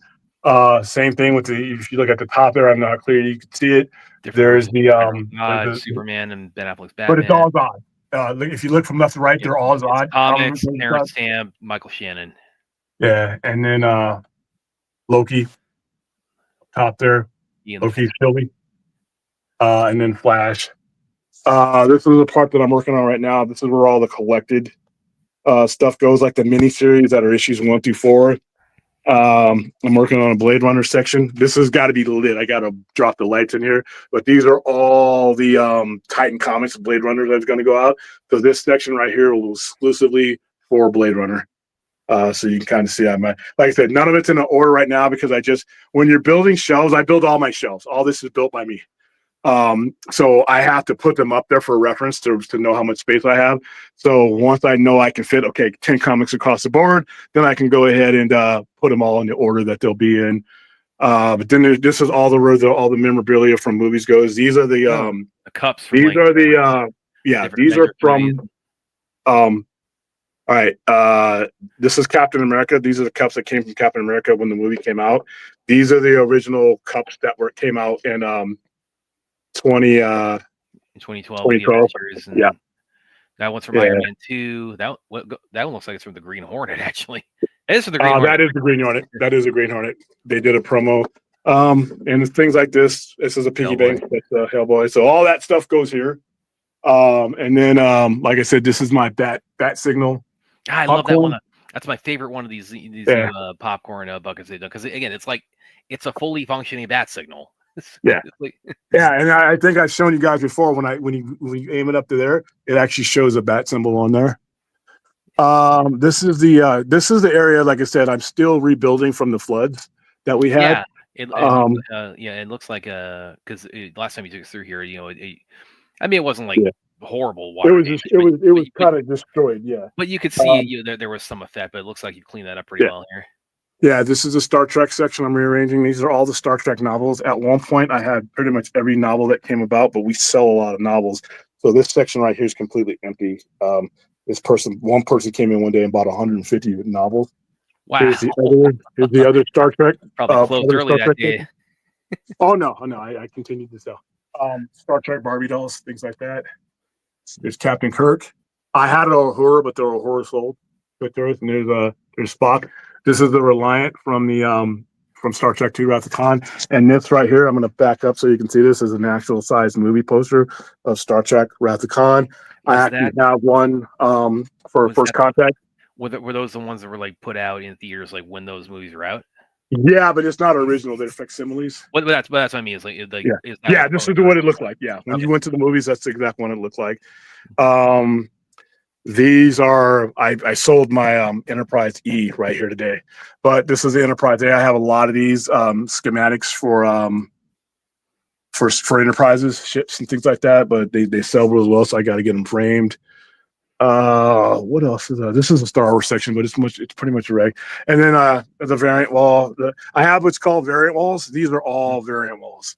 So I call them my main money walls because the majority of them my back issues are variants. So all of these sometimes they're in particular order, sometimes they're just out in rotation. So Ultimate Universe year 1 variant cover, and then Wolverine #1 just came out for them too. But a lot of the Wonder Woman covers pop. Red Sonja. So these are all variant covers that are up here. Because like I said, my tourist market, they can get the regular issues back where they're at, but sometimes the variants aren't necessarily proportioned to certain regions. So there's that's what you got right there, like one of the Zack Snyder's Justice League. It's one of the ones for the covers when the movie was coming out. I got a few of these left. Yeah, because those were, I mean, again, it wasn't those were those covers were put on stories that had nothing to do with the movie, but it's just that was a way to just further market the movie comics wise when it was coming out. Yeah. Then a lot of what we sell to younger collectors are people who are brand new to certain characters. So like if, for instance, if Kang were to come up again, obviously you're not gonna have $4,000 to buy Avengers #8. But you can buy this facsimile that's exactly like it. These not only are these they're exactly the way they looked, even for the most part. When you open them up, the ads that were in for their 1962 are there. So if the ads and the pages, the breakdowns are they've done them. Same thing with Justice League of America. Got a lot of those. A lot of people that most of my people that come in here.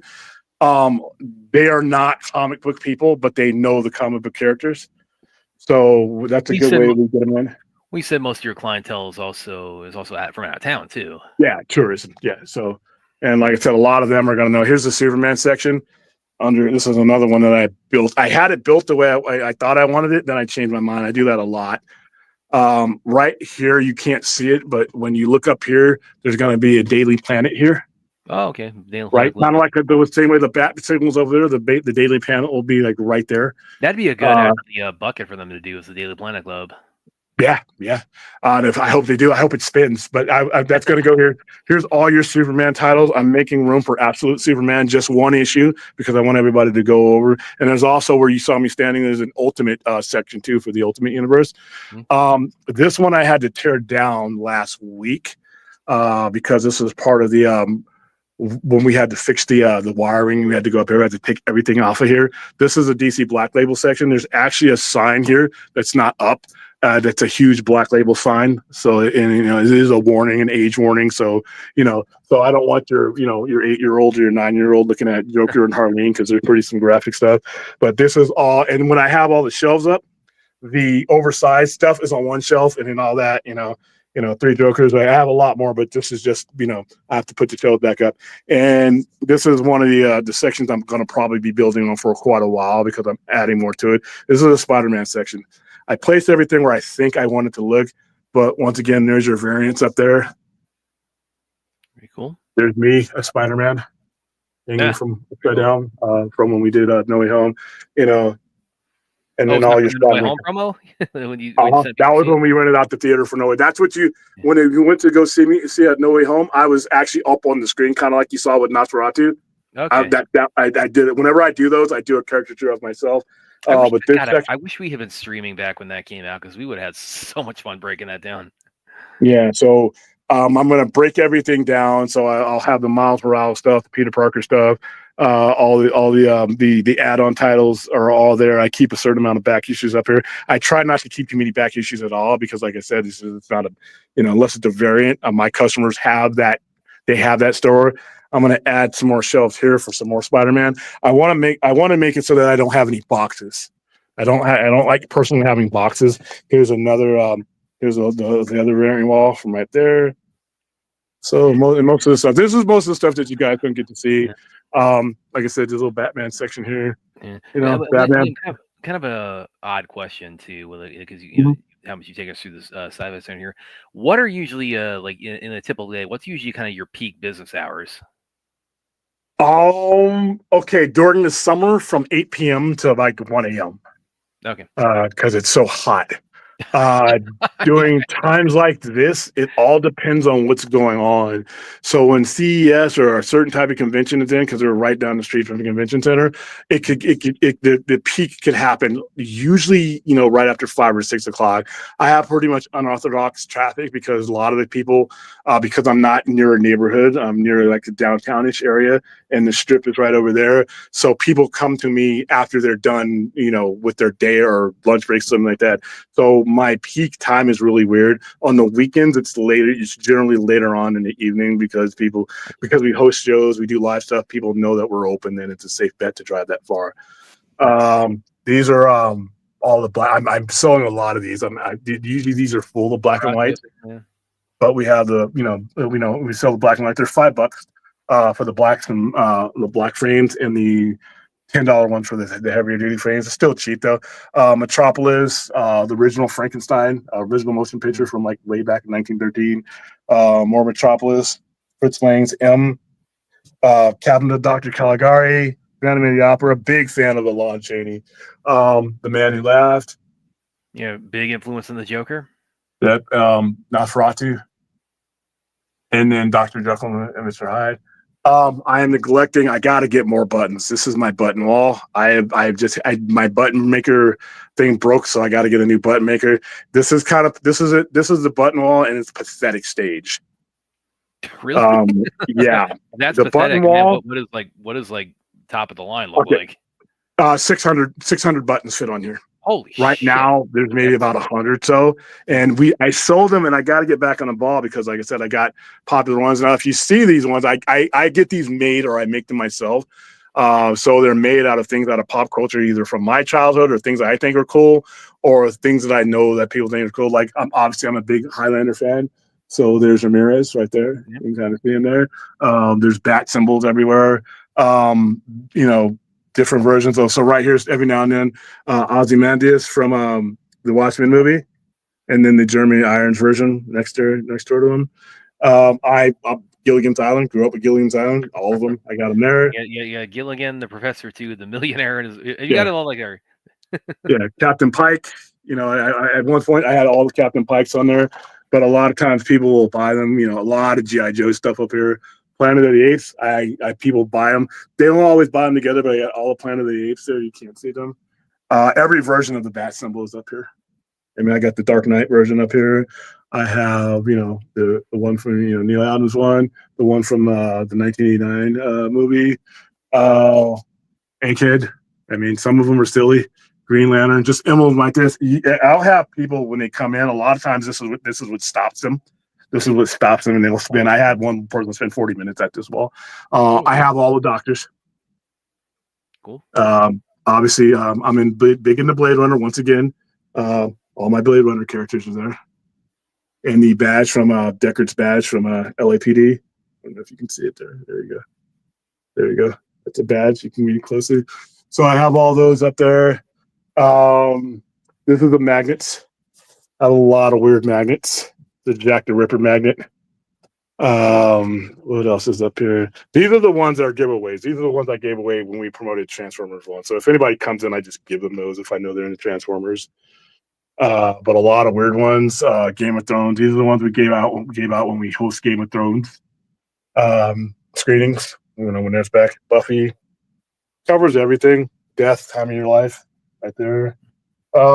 These are the T-shirts that I'm increasing my spot. These are not where these are going to stay, but these are where they are right now. Okay. A little bit of the Star Wars section. That this is just an introductory section, but the main Star Wars section has all the stuff in it. This is just when you come into the store instead of asking me, "What do you guys sell here?" You can kind of see it a little bit.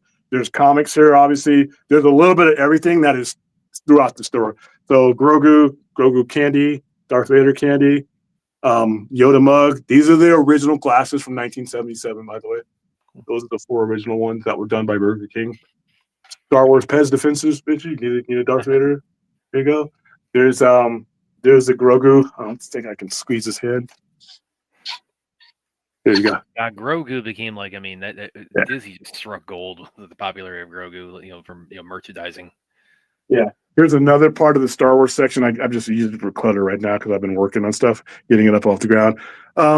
Obviously, you saw my Star Trek section, but this is like when you walk into the store, I want you to know I have Star Trek without having to ask me. I got to move that. That's my Nosferatu thing, but a lot of the physical media. You got the whole box set of Mhm. like 4 Star Treks there. VHS. Yeah, another weird question. And this Born magazines. This could probably, I imagine, like fluctuate. Go about that real quick. These are Warren magazines. This one is older. This is older than me. This was printed in 1973. I have one down there with the Egyptian mummy. That was 1972. Almost every one of these magazines is minimum 40 years old. Yeah. Well, yeah, that's what it looked like back then. But and kind of weird question. Oh, Aaron's also gonna ask you to sell any DVDs. I would think. Yes, I do. Yeah, but also again, like you've said, like the physical media market is just not what it used to be. So it's not like a hot button item, and therefore you had to. No, I don't acquire them. I have some. I don't, acquire them for sale here. I acquire them for my own personal use. This is what the customer sees when they come in. There's a QR code, so I get you coming and going. There's a QR code on the door too. I want you to be able to join my mailing list or my landing page. And this is the wall that you guys primarily see when you see me streaming. This gets mixed up. This is the main variant wall, called the main money wall. This is the first thing they do. One of the first things they say when they come in, and the last thing. A lot of times they will buy what they're going to buy, but then they're thinking about this while they're going through the store, and then we get them here too. So these are all, for the most part, most of these, 90% of these are variants. Obviously, that's Thor. Well, Simon Scenario is not a variant, but then you have things like this that are virgin variants. Yeah. For those of you who are new to comics, virgin variants don't have any title or anything. They just have the cover. There's one for Magneto. Well, and then, I was about to ask this a minute ago. I would imagine this would like fluctuate from month to month or year to year. But what is like what is your kind of like your best selling section or item in there? Again, I could see this like Funko Pops. Funko Pops. Okay, without a doubt. That's why I have so many of them, because you have to have the volume. Here's the other. This is the least money wall. This is just stuff where I put for extra stuff that has good covers. Like, obviously, I deplore that. I hate that storyline, but it has a big red S on it. People are talking Superman. You have that on there, and then here's the dragon. Here's my dragon. I can hold my mail in that. Is it working? Oh, there we go. Oh, there we go. Here's my dragon. Car from tomorrow. I actually burps at the end. The car from yesterday was a Hot Wheel. So that's about it. That's the store. So I'm going to go ahead and this battery's running down. I'm going to go ahead and leave you guys here. And then I will be back. All right. I'll attend to the comments while Williams switch you back over. Let's see. The cups here. Yeah. They're definitely really cool. But again, the popcorn buckets, that's just such a new. That trend is so awesome now. These creative, and that bat signal, that's my favorite one of the new popcorn buckets. It's just become such a cottage industry now. Because again, I'm telling you, that thing is like, it's a fully functioning bat signal that it also has to be a popcorn bucket. So yeah, and I hope they do that with the Daily Planet globe. Make it like a spinning one, and also it's a popcorn bucket. That'd be pretty cool, version of that for Superman. I'm sure he's got lightsabers in there. He's got them in like the Star Wars section. Yeah, I can see it. What else you guys got? A lot of these are questions for William, so I'm gonna have to wait till he comes back on for that. Do you have anything? I think these are probably about Funkos. I'd imagine. I'm sure they're gonna be Funkos when the Fantastic Four movie comes out this summer. Because these days, you just make a Funko out of anything. There's a Funko there for Castaway. There's a Funko for Tom Hanks and Castaway. I never thought I'd see that. It's like, you got enough audience, enough popularity, they will turn you into a Funko somehow.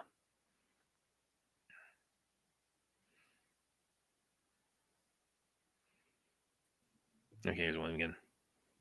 Yeah, so again, you did that before a couple months ago, where you took us through there on your cell phone. But again, the interesting thing about that is because if you look up the Sci-Fi Center on YouTube, there's a couple of interviews where got like a couple local papers or people that interviewed. Yeah, if you go to our website, as a matter of fact, we have one of these. But again, for whatever reason, those ones that you did, they make the place look smaller than it is for whatever reason. Well, because they're zeroed in on me and not necessarily the store. Like this is one that happened back in 2015 when we made every city has their so and so weekly, or San Diego weekly, or New York weekly, or ours is Las Vegas weekly, and this is what I made the cover of Las Vegas weekly. My parents are so proud. They have a huge poster, one of these of me, and it's me in cartoon form.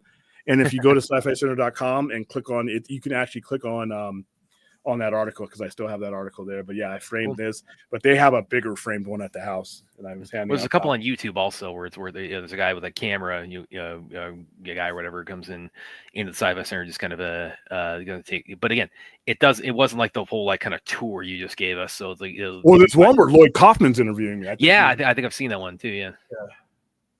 Which was weird because he's the damn movie maker and he's interviewing me, so it was kind of cool. But yeah, it's about 1,400 square feet. It's got some of it I still didn't show because some of it doesn't look good on camera right now. But there's a screening room behind me to the left of the Star Trek section. Yeah, I remember reading one of those interviews where it's like where they for whatever reason when they talked about when you do showings in there, they said something effective like Mr. Powell emphasizes it's not a theater, it's a screening room, or whatever. Yeah, because I don't want you coming here looking for AMC or some shit like that. It's my little screen, it's my projector. I run everything. I run the sound. I run all that stuff. I lower your expectations, so when you come see a movie here, you're not coming in looking for some thinking that's gonna be an IMAX. Yeah, usually we're doing it for free, we're doing it for promotion, or we're charging we had $1 movie nights. We did Never Ending Story one time, $1 movie night. Everybody showed up for that. We've done a lot of, like I said before, it was much bigger because back in, like I said, before Netflix and before streaming, there was only certain places you could get these movies, You talked about that. Like Versus, we were just talking about that. We did the Versus, Ichi the Killer wasn't widely available here back in the day. So yeah, it's but yeah, that part of it is I'm rebuilding that to a much more later. But I also have, like I said, back then I didn't have a courtyard like I have to use. I didn't have a parking lot, so I don't do as much here because it's a strain on the store to have to reconfigure. Parking lot, you have a runway out there, man. Yeah, it's pretty good. And we got some stuff that's going to be happening out there, but yeah, it's a strain. Before, when I had a separate area, I used to have a separate 2,000 square foot area for showing the movies, and then we had an 800 square foot area for the actual merchandise. And we had an actual ticket counter. We had this. In fact, you guys can't see it now, but there's like a 280 pound cash register here from 1926. That we had set up in there, but that was back when there was a market for it. But when streaming came along and Netflix started, when Netflix wasn't just doing, when they did the whole thing where we mail you the DVD and you send it back kind of thing. Yeah, we didn't have that going on. So there was only certain ways you could see a foreign horror movie. Now every streaming service you imaginable, we didn't have Shudder. I mean, just Shudder alone would have shut it down for me then. So, but I took advantage of it at the time. We still have things that we show. We still do promos. Like the theaters, the studios still, like, if we market Superman, they're gonna want us to market. They're gonna want us to show some type of Superman thing. So it's cool to still have there. I just don't do the big stuff here anymore. So, All right, cool. Anybody, any questions in the chat? Aaron, based my on that? mom has a cool Funko Pop of the Queen with her corgi. I had that one. I sold it the day she died. Yeah, I'm sure he'll get one. Daniel. I know JJ had one. Yeah, Zack Snyder has one. JJ Abrams Oh, he has one. does? Steven Okay. Spielberg has one. Yeah. Okay. Well, that was the big surprise. I mean, that was one item when you showed the Tom Hanks Castaway one. That's like that's just proof positive. It's like these days they'll turn anything into a Funko. It doesn't have to be like steeped in like this is based on a comic book or a video game or an anime or anything like that. No, it's like if it's popular enough, they'll turn it into a Funko. Nah, I still have that Golem one. I sold the other Golem one that it's not invisible, but all right. At this point, I think have I covered everything. Covered Yeah, Funko, I think that's all the covered... topics. All right, so I'm gonna put. All right, guys. Before I do this, there's some rules. Do not scream over the host. Do not scream over each other. Please wait till someone is done before you start talking. Every time I do these, I look back on them and it nauseates me. I mean, I can't hear anybody. When you're speaking, you don't have forever. Understand that you're probably going to be on there. If anybody shows up for this, other people who want to get a point cross. So kind of like, limit it, and then come back in. So what I'm gonna go ahead and put the link into the chat. Please don't make me regret this. Yeah, we're only going to go for about 15-20 minutes because I don't want this show to go on forever. Yeah. Well, yeah, we're gonna again New Year. We're gonna going easing back into our kind of our normal Saturday night format. Maybe we want to take this safe route. We can just talk about the raid with everybody. No, I don't want to lose viewers. Yeah, well, then that's guaranteed. Like, I mean, you lose viewers. You're talking about anything but the raid. Come on. Yeah, and the 12 people that. Yeah, okay, sure. All right, so that is that. Oh, I will talk before I let anybody in. The NXT TNA. I've been getting a lot of questions from my wrestling group about this. A lot of different angles from this. From a TNA angle, it is an absolute win-win. They cannot lose with this. Even if WWE uses them as a developmental territory as from their development, because they're not talking about the main roster being used here as a whole. They're talking about NXT, which is basically their upper end developmental. It's still high end, but it's not the main roster. So, they're using TNA, which still has a lot, or using NXT, which has a lot more exposure than TNA. TNA doesn't even have a proper TV deal, but I've been following TNA since the very moment it aired. It started back in 2002, and you had to pay $10 a week to watch them on pay-per-view. And then they finally got on Spike, then they got on all these other networks, and then they kind of jumped around, and then they were purchased by Anthem, who has their own AXS TV, and they put them on there, but not everywhere has that channel. So them being on when Jordan Grace showed up at the Rumble, that was a big deal. And, she shows up with the championship belt because there are people who don't know TNA exists. Now they do. So there's no way TNA can lose. On the WWE and NXT, I mean, it helps them because it helps them, with talent that they don't have to go get on their own roster. And if, it makes it easier to poach and to offer contracts to a company that you already have a good relationship with going forward. So, because a lot of people end up leaving and signing there. Now, I think it's a good thing. I think it's a good thing whenever you have these kind of partnerships. I'm not the biggest fan of the way WWE runs things all the time. And like I said, I don't think you're going to see a lot of these characters go straight to the main roster. They consider WWE considers NXT as its developmental. It's the B team. So they're basically taking their B team and matching it up with TNA's A team. But TNA is a much, much smaller promotion. I go to all the TNA shows I can get to. Whenever they come out here, I go to their shows. I have TNA belts. You guys will see me in the opening there, standing next to Moose. Moose, as he signed the belt that he held at the time, me and him close. I love TNA. I've been watching it forever, so I'm happy for him. Some of the people have asked me, oh, well, you know, how come AEW dropped the ball when it came to their partnership with TNA? It's not the same thing.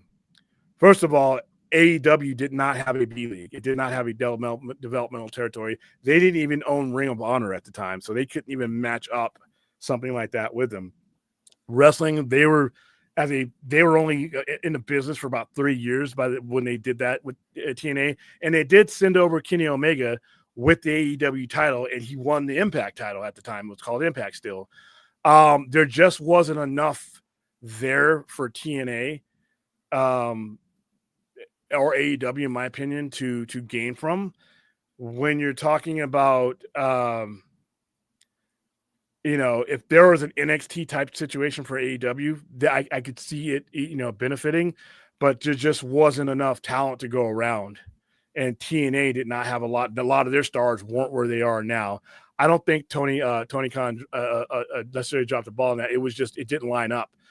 Now, 5-10 years ago, if Ring of Honor, he turns Ring of Honor into maybe a little bit lower tier product, but still, you know, a top-notch performance type of thing, then you could start, you know, partnering with smaller federations and things like that. But it's just WWE was in a different place. And plus, AEW being is it a smaller wrestling company. People compare it to WWE, and that's fine, but they've only been around for 5.5 years, and they're, you know, they don't have the 50-60 year history. They're not in as many, they're on the same channels, like the same cable channels, but you're talking about WWE that's been around since Vince McMahon Sr. Was running it, and they've had decades on top of decades to build that brand to where if it's more beneficial to a smaller fed to be a partner with them. So not the same situation as all. I'm happy, you know, for TNA, because I think this is going to help them get a better TV deal.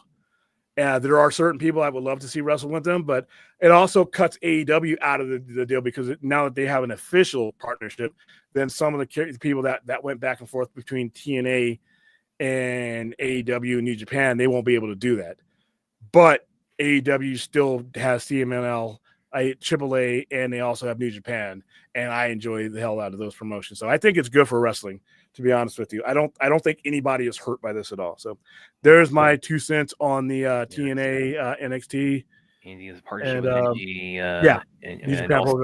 and also Aaron says, how about Funko? They should definitely do something if they haven't already.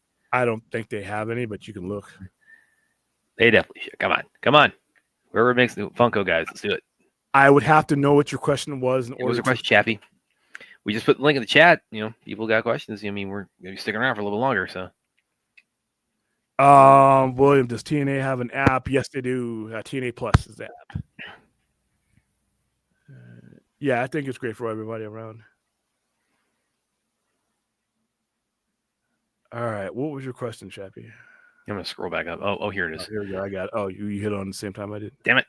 Would you like to have seen Darren Aronofsky's R-rated Batman Year One movie, or are you glad on the film that we actually got with Batman Begins? William's not a fan of Batman Begins. I'm gonna go with Darren Aronofsky, because I don't think it could be as boring as Batman Begins.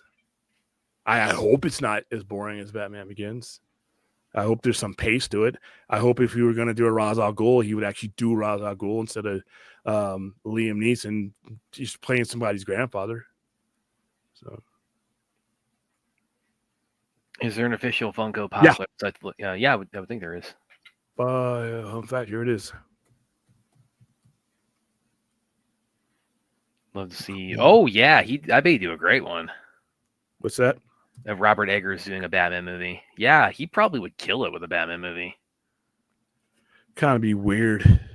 Yeah, it'd definitely be very cerebral. Because Nosferatu is a nasty movie, man. I mean, no, he's not going to make it like Nosferatu. Don't get me wrong. He's not going to make it like, you know, full of like gore and necrophilia. Scenes. Yeah, but sex with things that you shouldn't be having sex with. Yeah, but he probably would do really. God, imagine.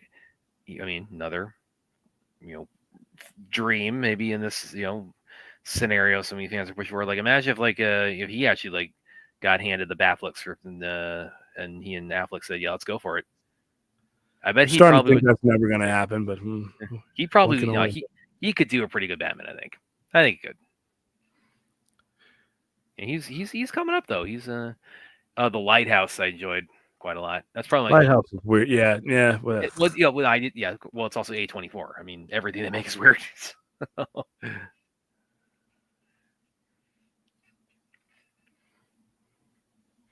Darren Aronofsky Batman would have been Death Wish mixed with Taxi Driver for year one. Okay. Looking forward to the account due this spring. Yeah. I didn't think I was ever going to get an account. Yeah. Well, there you go. So Ben Affleck movies we never think we're going to see. They but they're not attached to 85-year-old legacies with millions of dollars. But really, that's 9 years. That's 9 years between them. Or what? Chuck, 9 years. Just be normal tonight, man. I just can't. I can't. Just what do you got to say, man? How are you doing? No, come on. What's up, fellas? Yeah, how are you doing? That's what I'm asking you because I have the X ready. You gonna hit me with the X right off the bat? Let me just go ahead and do it because I know it's coming. I know you're gonna get crazy. So here you go. and Omega Swiper, if you're out there, here's one for you. There we go. And Brad with the raid, get him right now. Oh, I've already gotten Brad. Yeah. I'm working on one for Brad. Well, yeah, but I mean, that's I mean, you need to do an X for the X when it's about the raid. God. Yeah. X don't give it to you. Anyways, I was wondering. I put it on. I'm doing good, guys. Doing good. I was wondering, what do you guys think if Crypto's gonna get shot in that movie? I'm calling it right now. That little scene with Lex Luthor spinning the revolver, he's gonna shoot Luthor. He's gonna shoot Crypto. Well, then it's like if that happens, then it's like then we're gonna see Superman like call John Wick, like take out Lex Luthor. That's gonna happen. He's gonna solidify his heel turn right there. I feel it coming.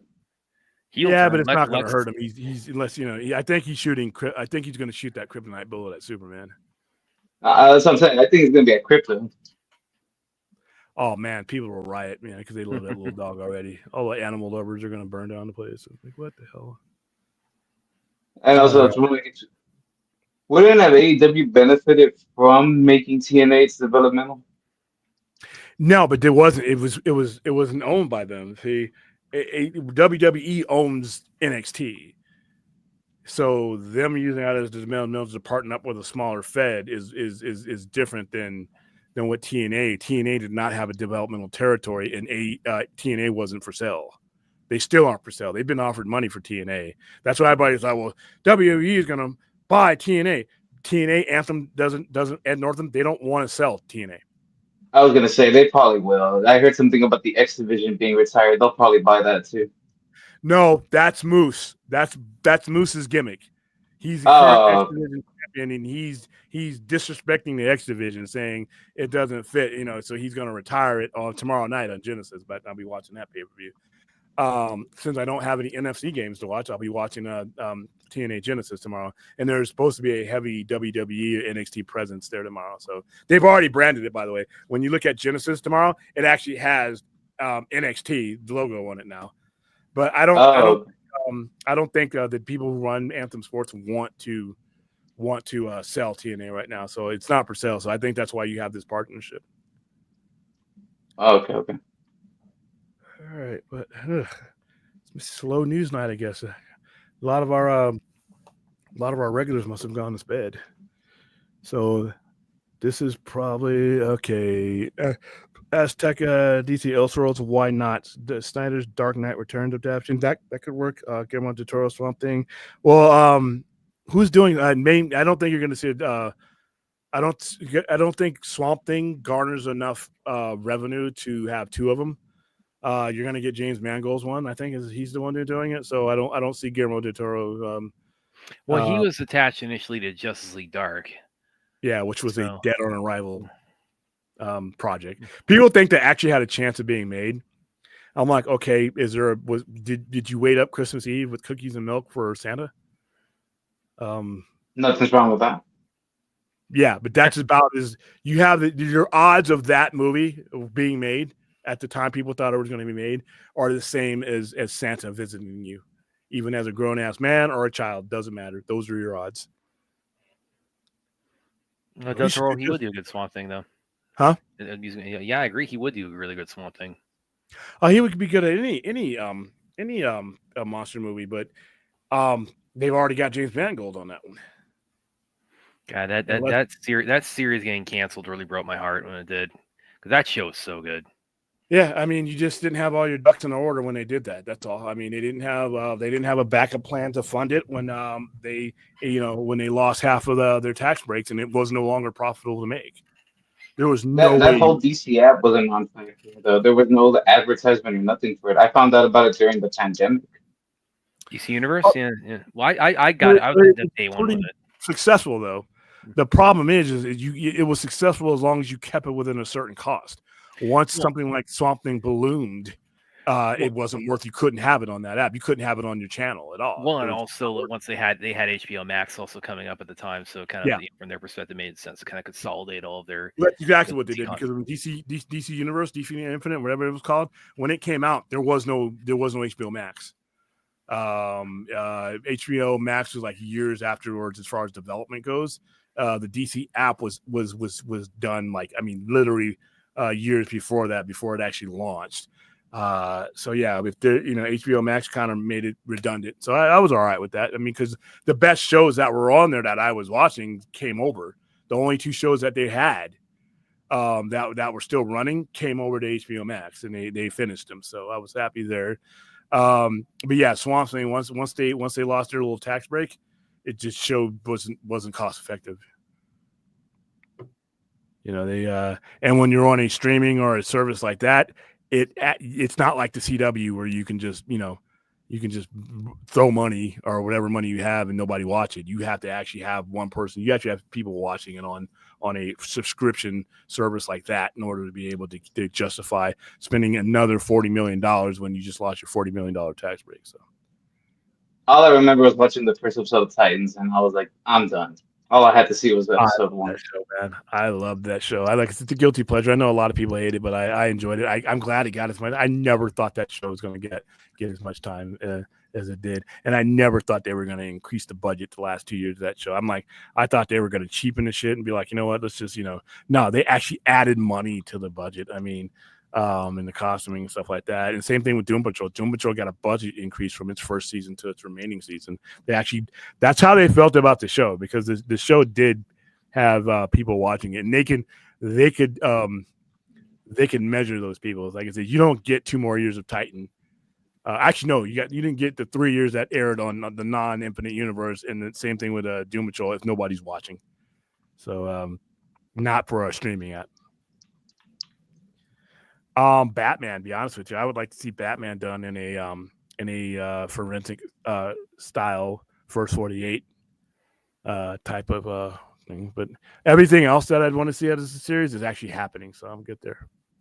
Del Toro's making the Blade movie. Yeah, maybe he'll be the guy that finally get Blade off the ground.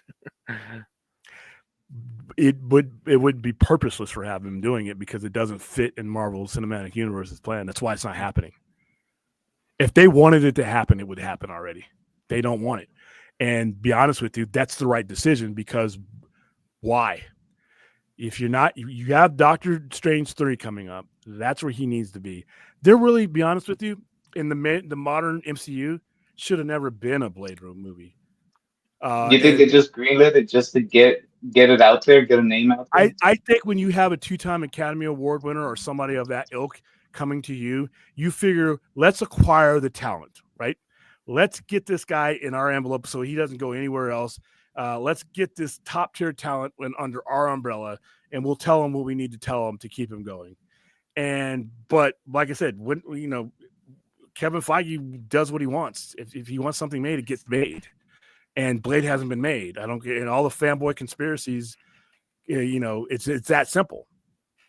And be honest with you, like I said, along with Eternals, the concept was ill thought of. Why are you bringing in a Blade solo movie that fits into nothing that you're doing? Yeah, but now they have to please the talent, is what Music Man is saying. Is there a Blade movie happening? They don't have to do shit. And they can't be looking at us on YouTube and saying, well, let's do a fucking Blade movie. That's fucking stupid. They have to look at where it fits in what they're doing. If Blade doesn't fit into their narrative, why would you do it?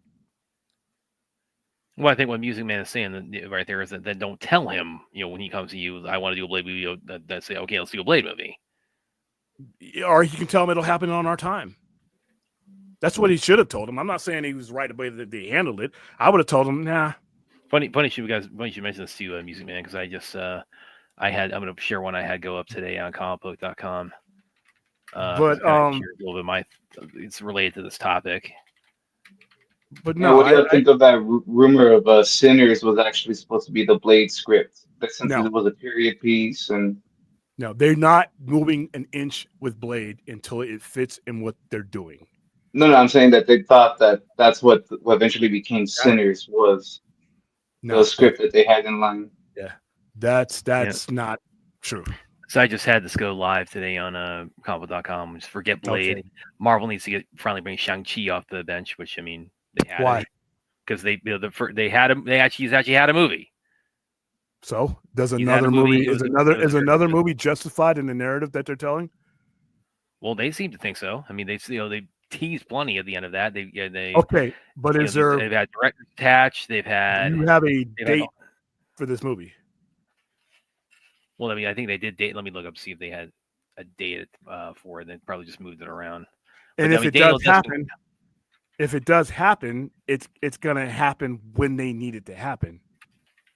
And why it's taking so long? Once again, guys, it doesn't fit with what they're doing. They're not gonna put something out that they don't need to do. There's no reason. Shang-Chi was fun, but is that part of the story that I'm telling going forward? Is that an immediate necessity? And if the answer is no, then it's not happening. That's how you run a business. You don't just do shit for the sake of doing shit. Well, apparently the answer is yes, according to this report. Is this Marvel.com? No, it's not what. Okay, so right, roll it. All right, this article's dead on arrival. You're giving me dates that are far enough out away to deny them. Okay, I'm making a Brad movie in 2027. It's 2025. That doesn't mean shit. All right, when you hear it from an official source, when it comes to these, this is where these Blade people have gotten out of their fucking minds. They are listening to everything under the rock and being like, "What?" When the guy with the ball cap says this fits right now into what we're doing, then that's when it happens. And if it don't I'm just saying, The Rock is Blade. I'm just saying. The Rock is Blade. That's as silly as it. That's where your X came in. That's silly. And see, the problem with the whole Blade thing is now you have fanboys trying to outthink Kevin Feige. That's not going to happen. It ain't going to happen because you guys are curious about a Blade movie or you're nostalgia about some shit in the 90s. It's going to happen when it matters in his story. It is the gold standard that's set MCU. No. This isn't like necromancy where you say it's like we'll do it when it or it's not like sorcery when we say we'll do it when it fits in our plan. Organization. It's organization. That's the difference between a fan and an executive. That's not the executive level. You can't just constantly hide behind. Well, like we wanted to have it out this year, but is Kevin Feige jobbing in danger? He can do whatever the fuck he wants. He doesn't play by our rules. But if these happen, if so what? Late enough times, these things start to add up. Kevin Feige? What's it going to do? It's not going to do shit to Kevin Feige. It's not going to matter one bit. He's going to wipe the tears with the millions he has. Exactly. Oh. And he has a machine. Chappie, even a blind squirrel occasionally finds a nut. You have a machine that is running just fine or as good as it needs to run. You're not going to be listening to the bird at the bottom of the sidewalk saying, you got to do this, you got to do this. When it's time, then you'll do it. And like I said, when it comes to Blade, Doctor Strange, and where's Doctor Strange 3? Doctor Strange 3 is coming. Okay, yeah. When? That's coming. They actually pull up. That actually has a slot with Secret Wars. There's a purpose for a Doctor Strange movie. See how that works? Okay, there's a purpose. What is the purpose? Yeah, exactly. Because that second one was trash. Okay, I can't believe. No, I do like the second one. I'll part with you on that. I cannot believe either one of you has sat on this show for 2 seconds and had to ask that question. But I'll answer it. You're talking about the first bastion into the multiverse when you're talking about Doctor Strange. He literally was your first windows, not only with Spider-Man No Way Home, but his own movie. Of course, he's going to be a factor in Secret Wars, the consolidation of those multiverses. I mean, that explains itself. I'm not seeing it listed here in the. It's up there. I got the Phase 6. But okay, here. Bottom line. Cut Blade, the Blade there is there actually. Cut it's TBD, the Blade. But it's there. Stop wishing for this bullshit out of thin air. You've given me no good reason why this movie needs to happen before Kevin Feige wants it to happen. None. I'd be okay if it makes sense. Honestly, I'm not that. I don't want that in. I could go forever without it. But if you're gonna do it, you need to do it when your next Doctor Strange movie. That's where he belongs. What the fuck, Eternals? What? That was stupid. That was shit. That was bad. That shows you how stupid and ill-conceived this whole Blade thing has been since day one. Why is he in Eternals? And most of the people don't recognize. I sat in a fucking theater full of people who did not know who is that. Who is that? And I'm like, just stop asking me questions. Ray, you want to come on? You want to hop on tonight? Because I mean, I know you like having this debate with William about Blade. It's not even a debate. You're fighting against Kevin Feige, who hasn't done it yet. It's not me. If you had your movie, you'd be right. You don't have your movie. It doesn't look like you're having it anytime soon because it doesn't fit in the narrative. Okay, but where is Doctor Strange 3 Slade and all this? Because it's not listed. But okay, so Doctor Strange 3 is coming because they even mentioned that at Comic-Con where I was at in attendance. Okay, because that all goes into that. And there is a probably between Doomsday and the other one. Saying it? But what is the fucking fixation on Blade? I don't understand all the stupid ass questions that come about with this movie when it's obvious. If he wanted it to happen, it would be there. The fixation is that it started the Marvel universe. Listen, if he wanted what? Okay, all right. I remember that I got the VHS. So many things.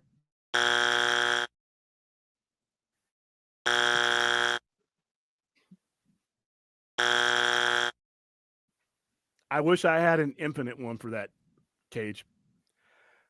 No, Blade did not start the Marvel Universe. That's not. Don't repeat it. I'm just gonna make you despair. He was Marvel's first box office success.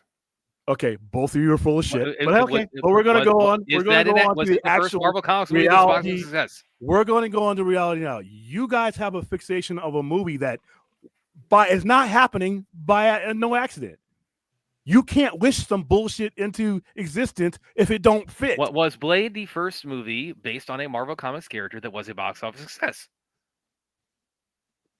I was a child, and I hate horror movies. And that movie introduced me to horror movies. I don't care if you were a sperm swimming through. It was not. The answer is no. The answer is no. It got me to watch a horror movie a million times. The answer to why this movie is not happening is more. You guys just don't want to see it. You guys just don't want to comprehend it. That's not my problem. I did the neighborhood Dracula on Halloween that year, thinking I was Blade. Why did they announce a Blade movie without a good plan for it? Probably because, I mean, my guess is that Jeff Johns was in the office that day and he told him, you just announce these things and not have to Jeff follow Johns up on them. That doesn't work for well, yeah, but that man is like, his bad ideas spread to other companies. So you can announce, listen, shit gets announced that never happens. Listen, your Batfleck movie, that was announced, wasn't it? Yeah, well, that's a very, very, very, very different situation, though. But not everything that gets announced always happens. If Kevin Feige wanted it to happen, it would have happened. He's the boss. Nobody's stopping him from making this movie. Nobody's stopping him from making this movie. So the question answers itself. It's not the time for it. And then the Eternals thing was beyond stupid. Get him. Yeah, I'm with you here, Chappie. I'm with you. I'm with Ryan Reynolds on this. Yeah, you pay for it. Pay for it. Well, I mean, it's like apparently he's talking behind the scenes about them. So okay, it's going to require a lot more money than he's going to want to come out of his pocket with. Oh, they could make it for like a fraction of what they. Okay, well, once again, you listen. This is fanboy bullshit. Why? Your first question is why. If you can't answer why, you can't expect because Wesley was just in a $1 billion movie. There you go. Not because of him. It went to it made $1 billion because of him. But yeah, he was a veteran. No, the answer is no. Blade had to crawl 6 and can walk his bike and runs. Yeah, Blade. Thank you. Okay. Crawl. Yeah, thank you for. Now I know. I already Look, know who Thank you, William thank, Fly thank, is. thank you for the You room already shot know there. that what I Thank you think for of that. Thank you for the room shot there. Fourth time Williams Fly. Excuse me. Yeah, whatever. Like I said, stop trying to force WB shit where it doesn't need to be. I'm not sure I understand here, Daniel. Okay. Brad. You're as that is as incoherent as these two right now.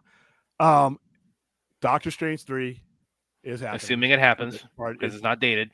Okay. It has more of a shit chance of happening than Blade does. Blow up on face. I'll pull it up right now.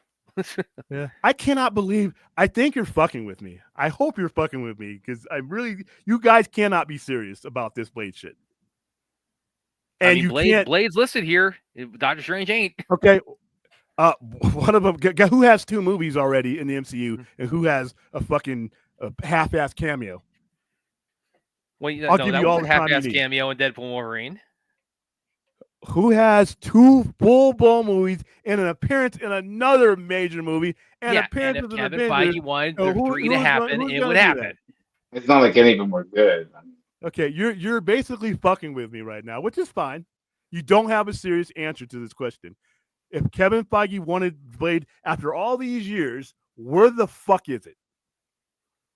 Well, yeah, and where the fuck is Doctor Strange? Where is Blade's right there? Doctor Strange is not.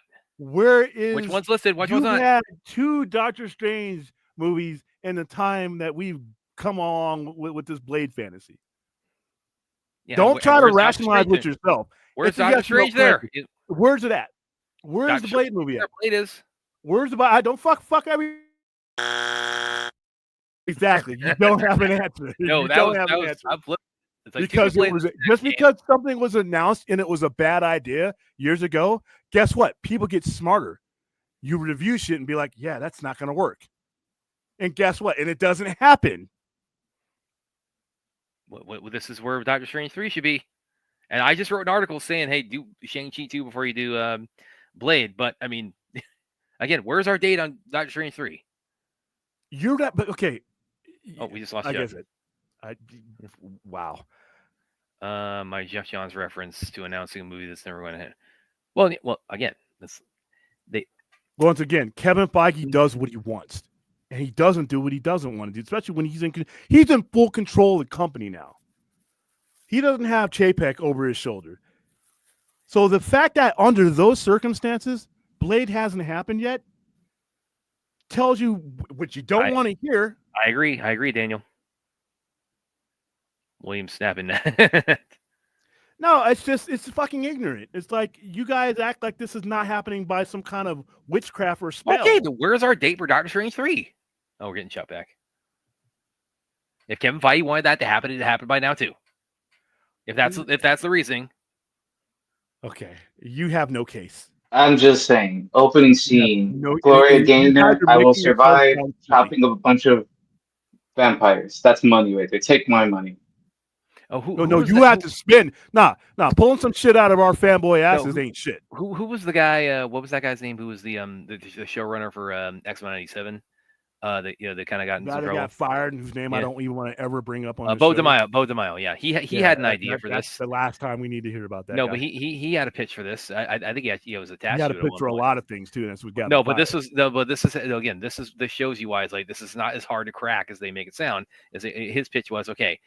The Raid, do that with vampires, with Blade. There you go, $50 million budget. Hit the X. No, you don't hit the X, Gil. You hit the buzzer that says I just won $10 million. This is my listen tonight. One building, Blade chopping up vampires for 90 minutes. New viewers, if you ever need to answer the question of why fans don't run companies like studios, use this show as your reference. Use the last 25 minutes as your reference. That's all you need to hear. Daniel, thank you. That includes some of the people in the chat. If you want to understand why there's the fans are cleaning the windows of the studio and not on the other side in a desk spending budgets and running shit, watch from the last half hour. And also to add to that, fans or our viewers tonight watching this, if you haven't yet, go watch The Raid. And you know, please come back and tell me, yeah, that with Blade and Vampires, is that the template that they should use? Answer yourself.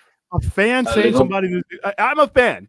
Me saying, "Oh well, I'd love that shit." What do you think the budget was for the raid originally? The first one. What? No, $5. we're not talking about the raid. No, what was the budget? What do you think the budget was?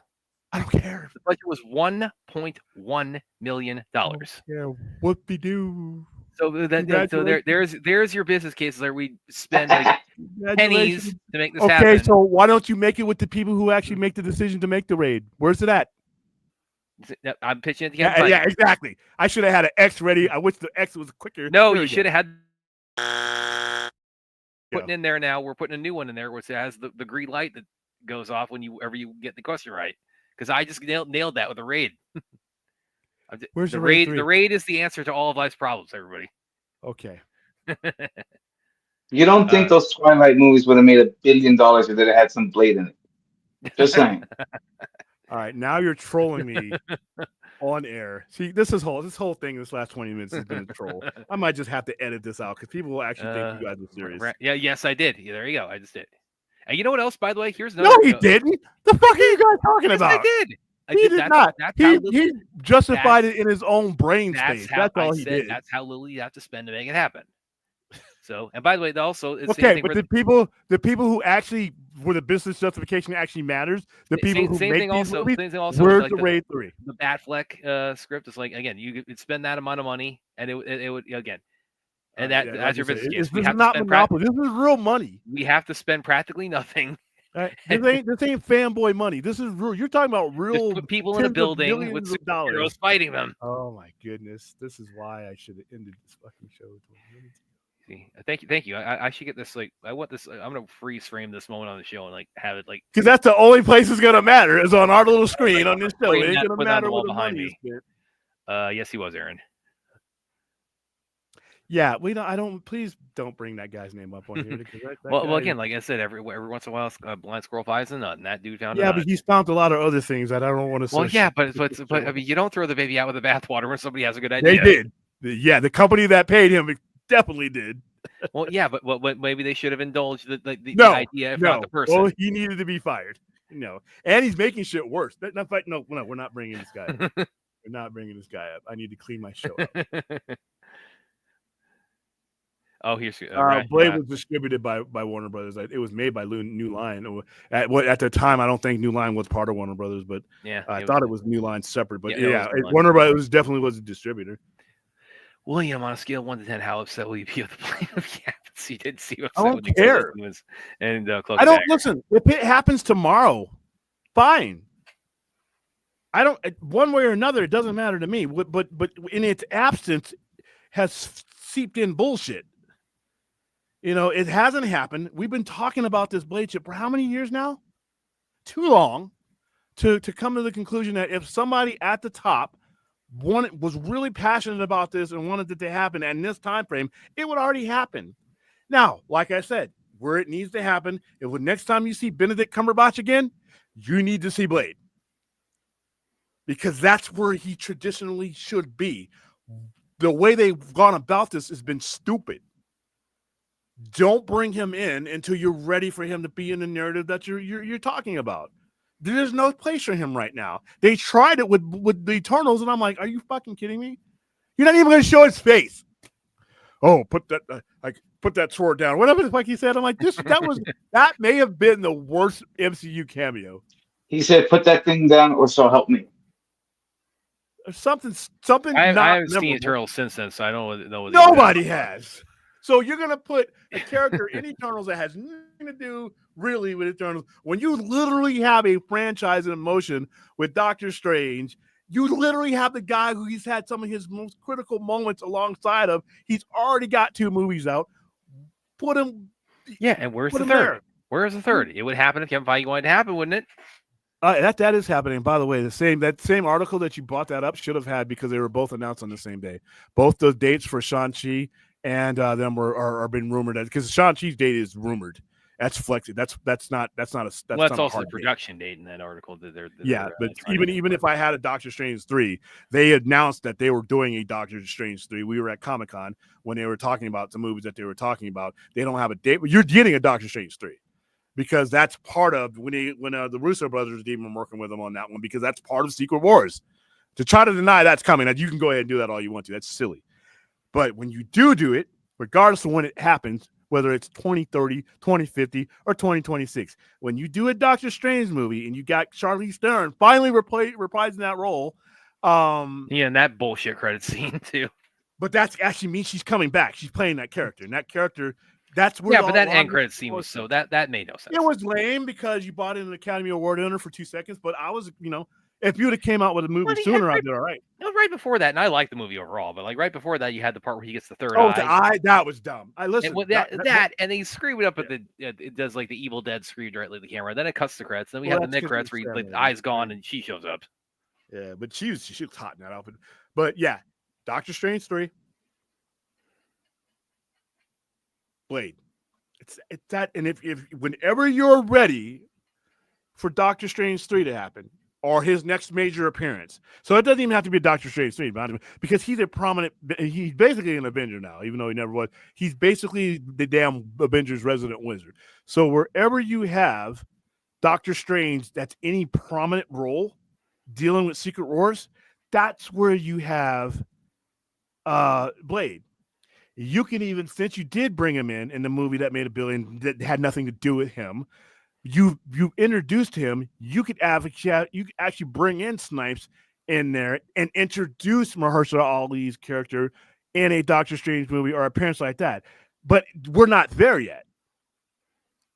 You see, we're not there yet, and that's what they should have done. Their mistake was starting with Mahershala Ali right now, and just instead of being up in front with him and saying, "Hey."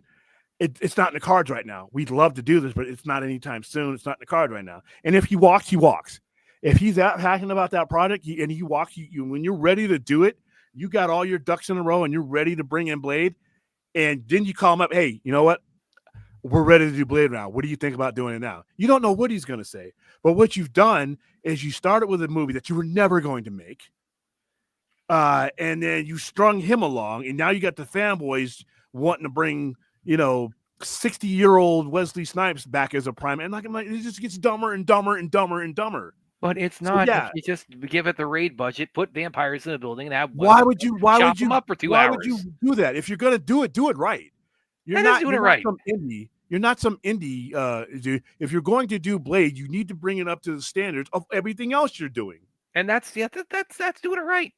All the standard is all people are asking for is Blade, sword. Those people. There's the thing, the desire and the actual functioning. You cannot give in to stupid shit like that because you fuck up your product.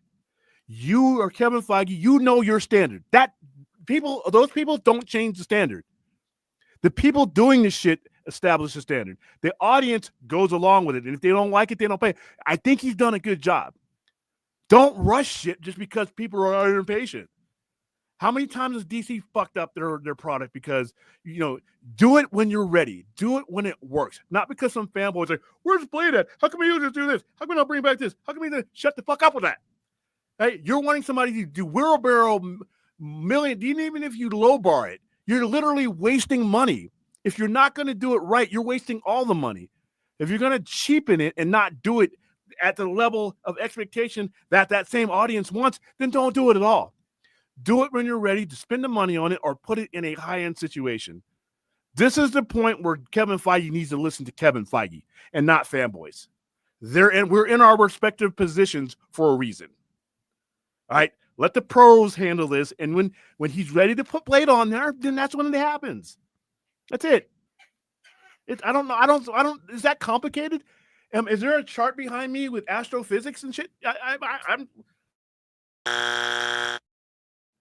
I'm telling you. Turned it against you, man. It's like, am I talking about splitting the atom? Am I talking about brain surgery? No, this is simple concept. Yes, the guy running his building, show, vampires, sword. There you go. You can't get more simpler than that. It was made for a dead. Yeah, probably. Yeah, it probably would have been. right. Whatever. Well, I think Chuck jumped ship a minute ago. So I don't know. Anybody else got anything they want to say on the panel tonight? Nah, that's it. I think I've had enough. Oh, rational. This is where I hope you're being rational here.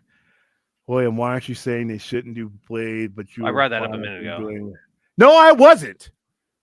No, I wasn't. And Cloak and Dagger was on some channel I'd never even heard of. That was on Hulu, I think, wasn't it? No, it was on. Or no, it was on FX. something. Where was it? No, it was. I never saw it, so it's like I couldn't tell you. It was on a network. I was totally against that because if you were going to do that, put it on a network. Oh, what was that channel?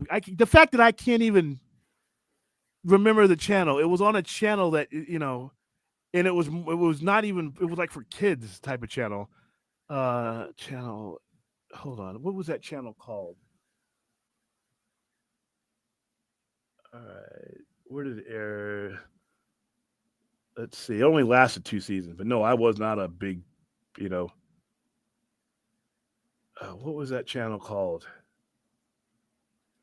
Oh, Freeform. Freeform, yeah, Freeform. I had never heard of that channel until I went looking for. Somebody told me there was a Cloaker. No, it wasn't on Sci-Fi. No. Ooh, and you spelt it that way too. When did they implement that? Oh boy! When did they implement That's that? That was like 08 when they implemented that spelling, or something like that. 2010, but let's bury that back in my memory. But no, I wasn't on for Inhumans because plus I knew Inhumans was going to be outside of what they were doing, and Loeb and all those guys were they were I wasn't on board with that. I was not on board with Inhumans. I wasn't on board with Agents of Shield. I wasn't on board with Cloak and Dagger because I knew that all they were going to do is start writing stories that were never going to connect up with the things that they were going to connect with. And putting Cloak and Dagger on a channel I'd never even heard of, I knew that was a goner. I'm surprised it got to 2 seasons it did. So no, I wasn't. I don't know where in wrestling where I ever said that I was. Oh, we're never going to spell it this way, man. No. Oh no. No. I'll do the honor. I would rather swallow and digest my own tongue than ever resort to that. I hated it when they did it. And it wasn't just a change in the spelling of the day. It was a change in the philosophy of the network. I went from Doctor Who. I went from Battlestar Galactica. I went from Stargate to Shark fucking NATO. I went from the Lex. I went from Farscape to Sharktopus. It wasn't just a spelling change. It was a philosophical change to the channel. They fucked that channel up. Oh my God. I can feel the vomit rising and trying to escape my mouth right now. Okay. Powerless for DC was about yep. Actually, Cloak and Dagger actually had 2 years. Powerless, I think they canceled during a commercial. That show was fucking. That was lucky to make as far as it did. Okay, listen, we're gonna have to get a new X. We're gonna have to get something better and more. Chappie. Listen, Chappie, it's like I'm with you on the Wesley Blade movie. I just explained to you why I hate what that channel's become. All right, the only thing that they've done any good since they destroyed themselves was Krypton, and that only got a couple of seasons. And that was because it was produced by someone else, not them. All right, you guys are literally on a mission to drive me insane today. So co-host included. Beg your pardon. Yeah, we'll get Blade when it's time. And Mahershala Ali is not going to age. He's got money. 10 years from now, we'll be ready. Again, but Kevin I think Feige, we could, like I said, Doctor Strange 3. Kevin Feige, if you're watching, okay, building, sword, vampires, go to town. How about Kevin Feige, if you're watching? Wow. Doctor Strange 3. Or not even Doctor Strange 3. Your next major appearance where Doctor Strange is there. Oh, Rational's got one here. The same argument when he was making about Blade can be said about the Snyderverse being restored. No, Nope. no. Total apples and oranges. What did that? See, you guys got someone fourth or Clint stash? What's going on? Is it edibles? Is it edibles being teleported? Oh God, to Daniels! every Oh house? God, you guys are just start hashing a Blade movie. Restore the Blade cut. That's not. Yeah. The Blade cut. No, but- the old movie was cut. But this is like No, this is not even okay, apples so and oranges. This is like I apples think you're and like messing with me, Rational. But this isn't even apples and oranges. It's like apples and like pizza. before we wouldn't have the Snyderverse restored thing without actually movies in existence. There's a reason why some people want that because they saw. And not only that, I've but also, seen- and we have the Nothing. template and like the last story details for like the unmade movies too. Yeah, we know we were given the beginning of something like, and then we wanted to see how it resolved. We've been giving nothing with Blade. The only thing I have from Blade is It's the Eternals cameo. really shitty cameo in a movie he really shouldn't have been. I'm gonna in. look that up real quick actually because like what was it? Because I haven't seen Eternals since it came out, but like what I can't remember What about you know what you're doing with that thing, Mr. Yeah, So-and-so? it's like, And I'm yeah, it's like, do you know what? what you know how to use that thing? Yeah, pointing it goes to the other guy or something. Let me see that. I'm pulling it up right now. I'll relay it to you guys. Yeah, because it wasn't. It was stupid. I thought it was stupid. Then I'm like, what are we doing here?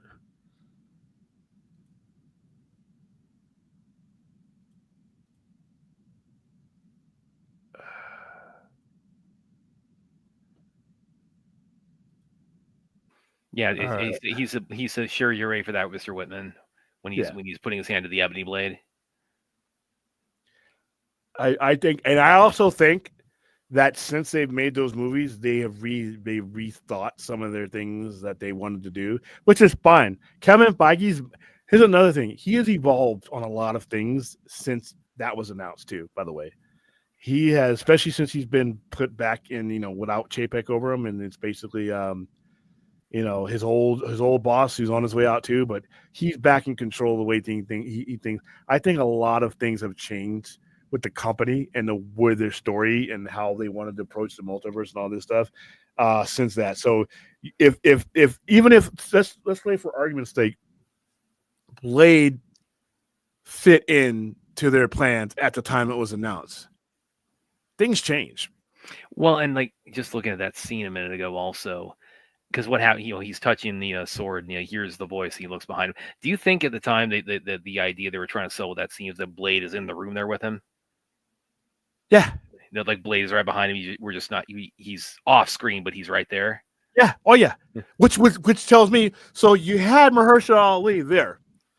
You would have probably, and the fact that they didn't show his face, that shows to me how non-committal they were going forward. Otherwise, you turn him around and it's Blade, and then your crowd goes crazy for that mediocre movie, which I kind of liked, but they did some things that just kind of brought it down to B level for me. But if you would have shown him now, well, do you think they? I mean, is there any possibility they did actually film him, and then it's like they decided to just like make it a voice cameo? No, I don't. I think they were non-committal at the time. I think they knew they wanted something, but they didn't know what and when. And that's where that mediocrity with Marvel for a couple of years kind of happened. They kind of like had between the A-list movies, they kind of had a kind of like stuff that were like, sticking their toes in here, and they weren't as MCU-like as they had been to get themselves at that point. And I think Blade just got lost in the shuffle, to be honest with you. I think you will see him, but if they're smart, get him in that type of movie and then do a Blade solo movie. You got the Strange Academy coming. I think also it's like, do you think it was like, because I mean, this might sound a little simplistic, but it was the idea for like having him specifically in that scene is like, well, I mean, he's looking at a Blade, he's looking at it. Let's have like another swordsman in there to kind of, hey, you sure you're ready to use it? I don't know, because like I said, I just don't understand the pairing. I know there's some significance there, but even if you had a light significance and with the Eternals and all that and the sword, actually, by the way, have a much stronger justification for Blade with Doctor Strange than you do anything. So when you're planning Doctor Strange 3, it needs to be your introduction of Blade. Fuck it, throw SD Snipes in there. There you go. Benedict Yeah, and make him like the Wesley Raid. Mahershala. But yeah, since we're doing so much talking about it, because like I said, I went to my comic book store earlier today, and actually, do you have these in the store right now? Because these are some Blade comics I got today. Can't believe I got this one I'm talking about. But it's got the whole explicit content label on here. Like this. Oh yeah, that's from. Is that from the the Red Band, the Marvel Blood Red Band. Let me see if I can. Yeah, the Marvel Red. They also got one of Daredevil for that today too. Let me pull it out of here. Yeah, they got one of Ghost. Yeah, I think I have them out there. Yeah, I saw those. And I was like, because I was mainly in there to get some, the apps, the latest absolute DC that I was issues hadn't happened, and I saw these two. It's like, oh, I can't resist with like the whole appropriate audiences, kind of tag on it. Yeah, they're doing that with some of their books, but a lot of people are interested in them. So all right, guys. Here's some actual tangible Blade stuff you guys can go check out if you. Yeah, I mean the comics are out there. It's just I don't know when we're getting a movie, and until it makes sense, don't do it. I mean, I would tell that. Listen, apply that to life in general. If you're running something, if you're managing something, and the step you're considering doesn't make sense in what the overall thing that you're doing, then the simple answer is just don't do it. Even if you got a bunch of people saying, yes, do this, you do it. No. Most of those people, when that goes south, you look around, those people are going to be gone. All right. If you have a plan or you don't have a plan, if you don't have a plan, don't just throw some shit together because people are squealing about it. If you have a plan, stick to it. Especially if you're Kevin Feige, and that's been pretty much what's been your bread and butter since your Fox days. I don't care if a billion people say, I want to do this, I want to do that. If you've gotten 5-6 years of storytelling laid out and it's complex like that and it don't fit, don't do it. Don't do it. Because you're going to end up like DC. You're going to end up having shit like Batgirl and Harley Quinn and all this disjointed shit that doesn't make sense and hurt, it hurts your company. DC, the same mentality people want Marvel to take with Blade is the same thing DC, the mentality they took with all their shit from 2017 on. And look where they ended up. So, yeah. Separate the fan desire from the actual functionality of a studio. And that's, like I said, we'll get this movie eventually when he's ready to do it. And Kevin Mahershala Ali will come out of his chamber where he doesn't age, and he'll be ready to do the movie. He could be 60. Kevin, he's 51, 52 now. In 8 years, guess what Mahershala Ali is going to look like? Exactly the way he looks like now. Yeah. Oh, Belriff, I heard Snyderverse. Oh my goodness. What is it, like Candyman? I'd say it 3 times. Yeah, I thought you heard the F-bombs, and that's what got you in. I mean, it was like in connection to Blade and like all that, but it's like, but I mean, I'm Belrev. I mean, you got, I'm simpatico with you on that, so. Tell you what I'll say about this movie. It was a waste of Margot Robbie, and it was a waste of that character, because I think that hurts. Whenever you do a movie like that, it hurts the kid. It doesn't hurt the actress, but it hurts the character. Which waters down the character. When you have a character like that that's making you money, don't waste it. And I thought that movie was a complete waste, and there was too much stuff in the movie. There was characters in the movie that didn't need to be there. I mean, and it couldn't be saved. Ewan McGregor did excellent as Black Mass, and I like her Harley Quinn. That movie was awful. I mean, the most exciting thing about it was her chasing down her sandwich. Everything else was pretty much I'd seen it before. So yeah, you're just trolling me, but yeah. Snoop Dogg for Blade. Nah, he actually looks like he's getting up there though. No one cares about Mahershala Ali, Blade, Wesley Snipes. Okay, sure. That's not going to happen. I mean, I would, if you wanted to be kind of cool with it, I would have Wesley Snipes there at the end of Secret Wars, because you're going to have all these old, Fox characters and other studio characters there anyway. So that's not a problem for me. That would be kind of cool to see the two Blades fighting side by side obviously Wesley Snipes would get consolidated because his existence wouldn't, it would be UB Love. I would be fine with that. But as far as like him being the primary blade, that's just not going No, That's no, just Chuck, no. I mean, a perpetually stoned blade. I don't know. Come on. Wait, somebody's coming for my stash. Oh, He's talking. I'm wondering if everybody has already gotten some of your stash to some of the people, including I need to see Brad's both hands because I think he has an edible in one of them because he's the way he's going tonight.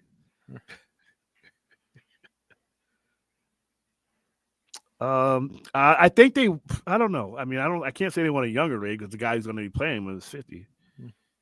Plus Blade Bell Rev, not impressed. I guess. I mean, there's only been I one don't think blade. I don't think they're fighting. Blade.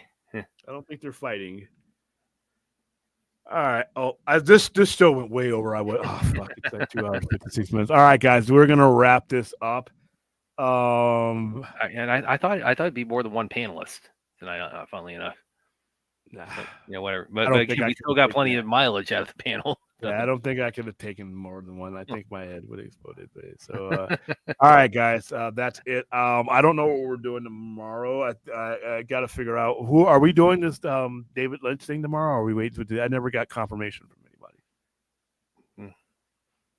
Well, Rev, we've been on for 3 hours. Yeah, we were on for a little bit, but we'll be back on tomorrow. Don't worry. Yeah, probably earlier too, because I'm going to be here watching pay-per-views and then doing stuff. So I got to find out when we're doing this. I would say we're doing it tomorrow, but I don't want to do it, and Larry is not available, and Fourth ain't there. So. Yeah. You meet your Fourth, aka Williams Pants, aka Williams Bed, aka my teacher, aka my phone. He blew his cover. I'll start doing he's moving around. He gives himself up to you. I'll start doing these on the members only, like Junkie does. But we're late right now. It's midnight or approaching midnight, and I've been here since 10 today. This is about usually for as far as our Saturday streams. This is about usually what our kind of our runtime is. All right. So, all right, guys. I will see you at some point tomorrow. We will stream tomorrow. I just don't know when. If all else fails, it'll be around 8:00 tomorrow because I don't have anything else going on, so it won't be as late. We don't have any shows to watch, so like I said, I'll reach out to Larry and them and see when they want to do when they want to do this David Lynch thing. David Lynch double feature. Yeah, Mulholland Drive and Lost Highway. All right, please subscribe for the many of you that are watching on Twitter. Half of you are watching on Twitter. Come on over. I thought I had this up already. Damn it. I must have switched it on accident. Yeah, come on over to here. youtube.com/@Center. Please subscribe, hit the alert button so that you hear about all these crazy conversations we have. And take a look at some of the other stuff that we've had on the channel. It can get pretty interesting. Definitely. Don't go back too far, because I don't want you looking at our old shows because I look like shit and the show looks like shit there. But now it's streamlined. It's beautiful now. All right, guys, I'm going to go I wish Fat Burger was open because I really need one right now. I will see you guys tomorrow. Keep an eye on maybe the community page or on our social media, and you'll see when we're going to stream together. But like I said, if all else fails, I'll see you tomorrow, probably around 8:00. Bye, guys.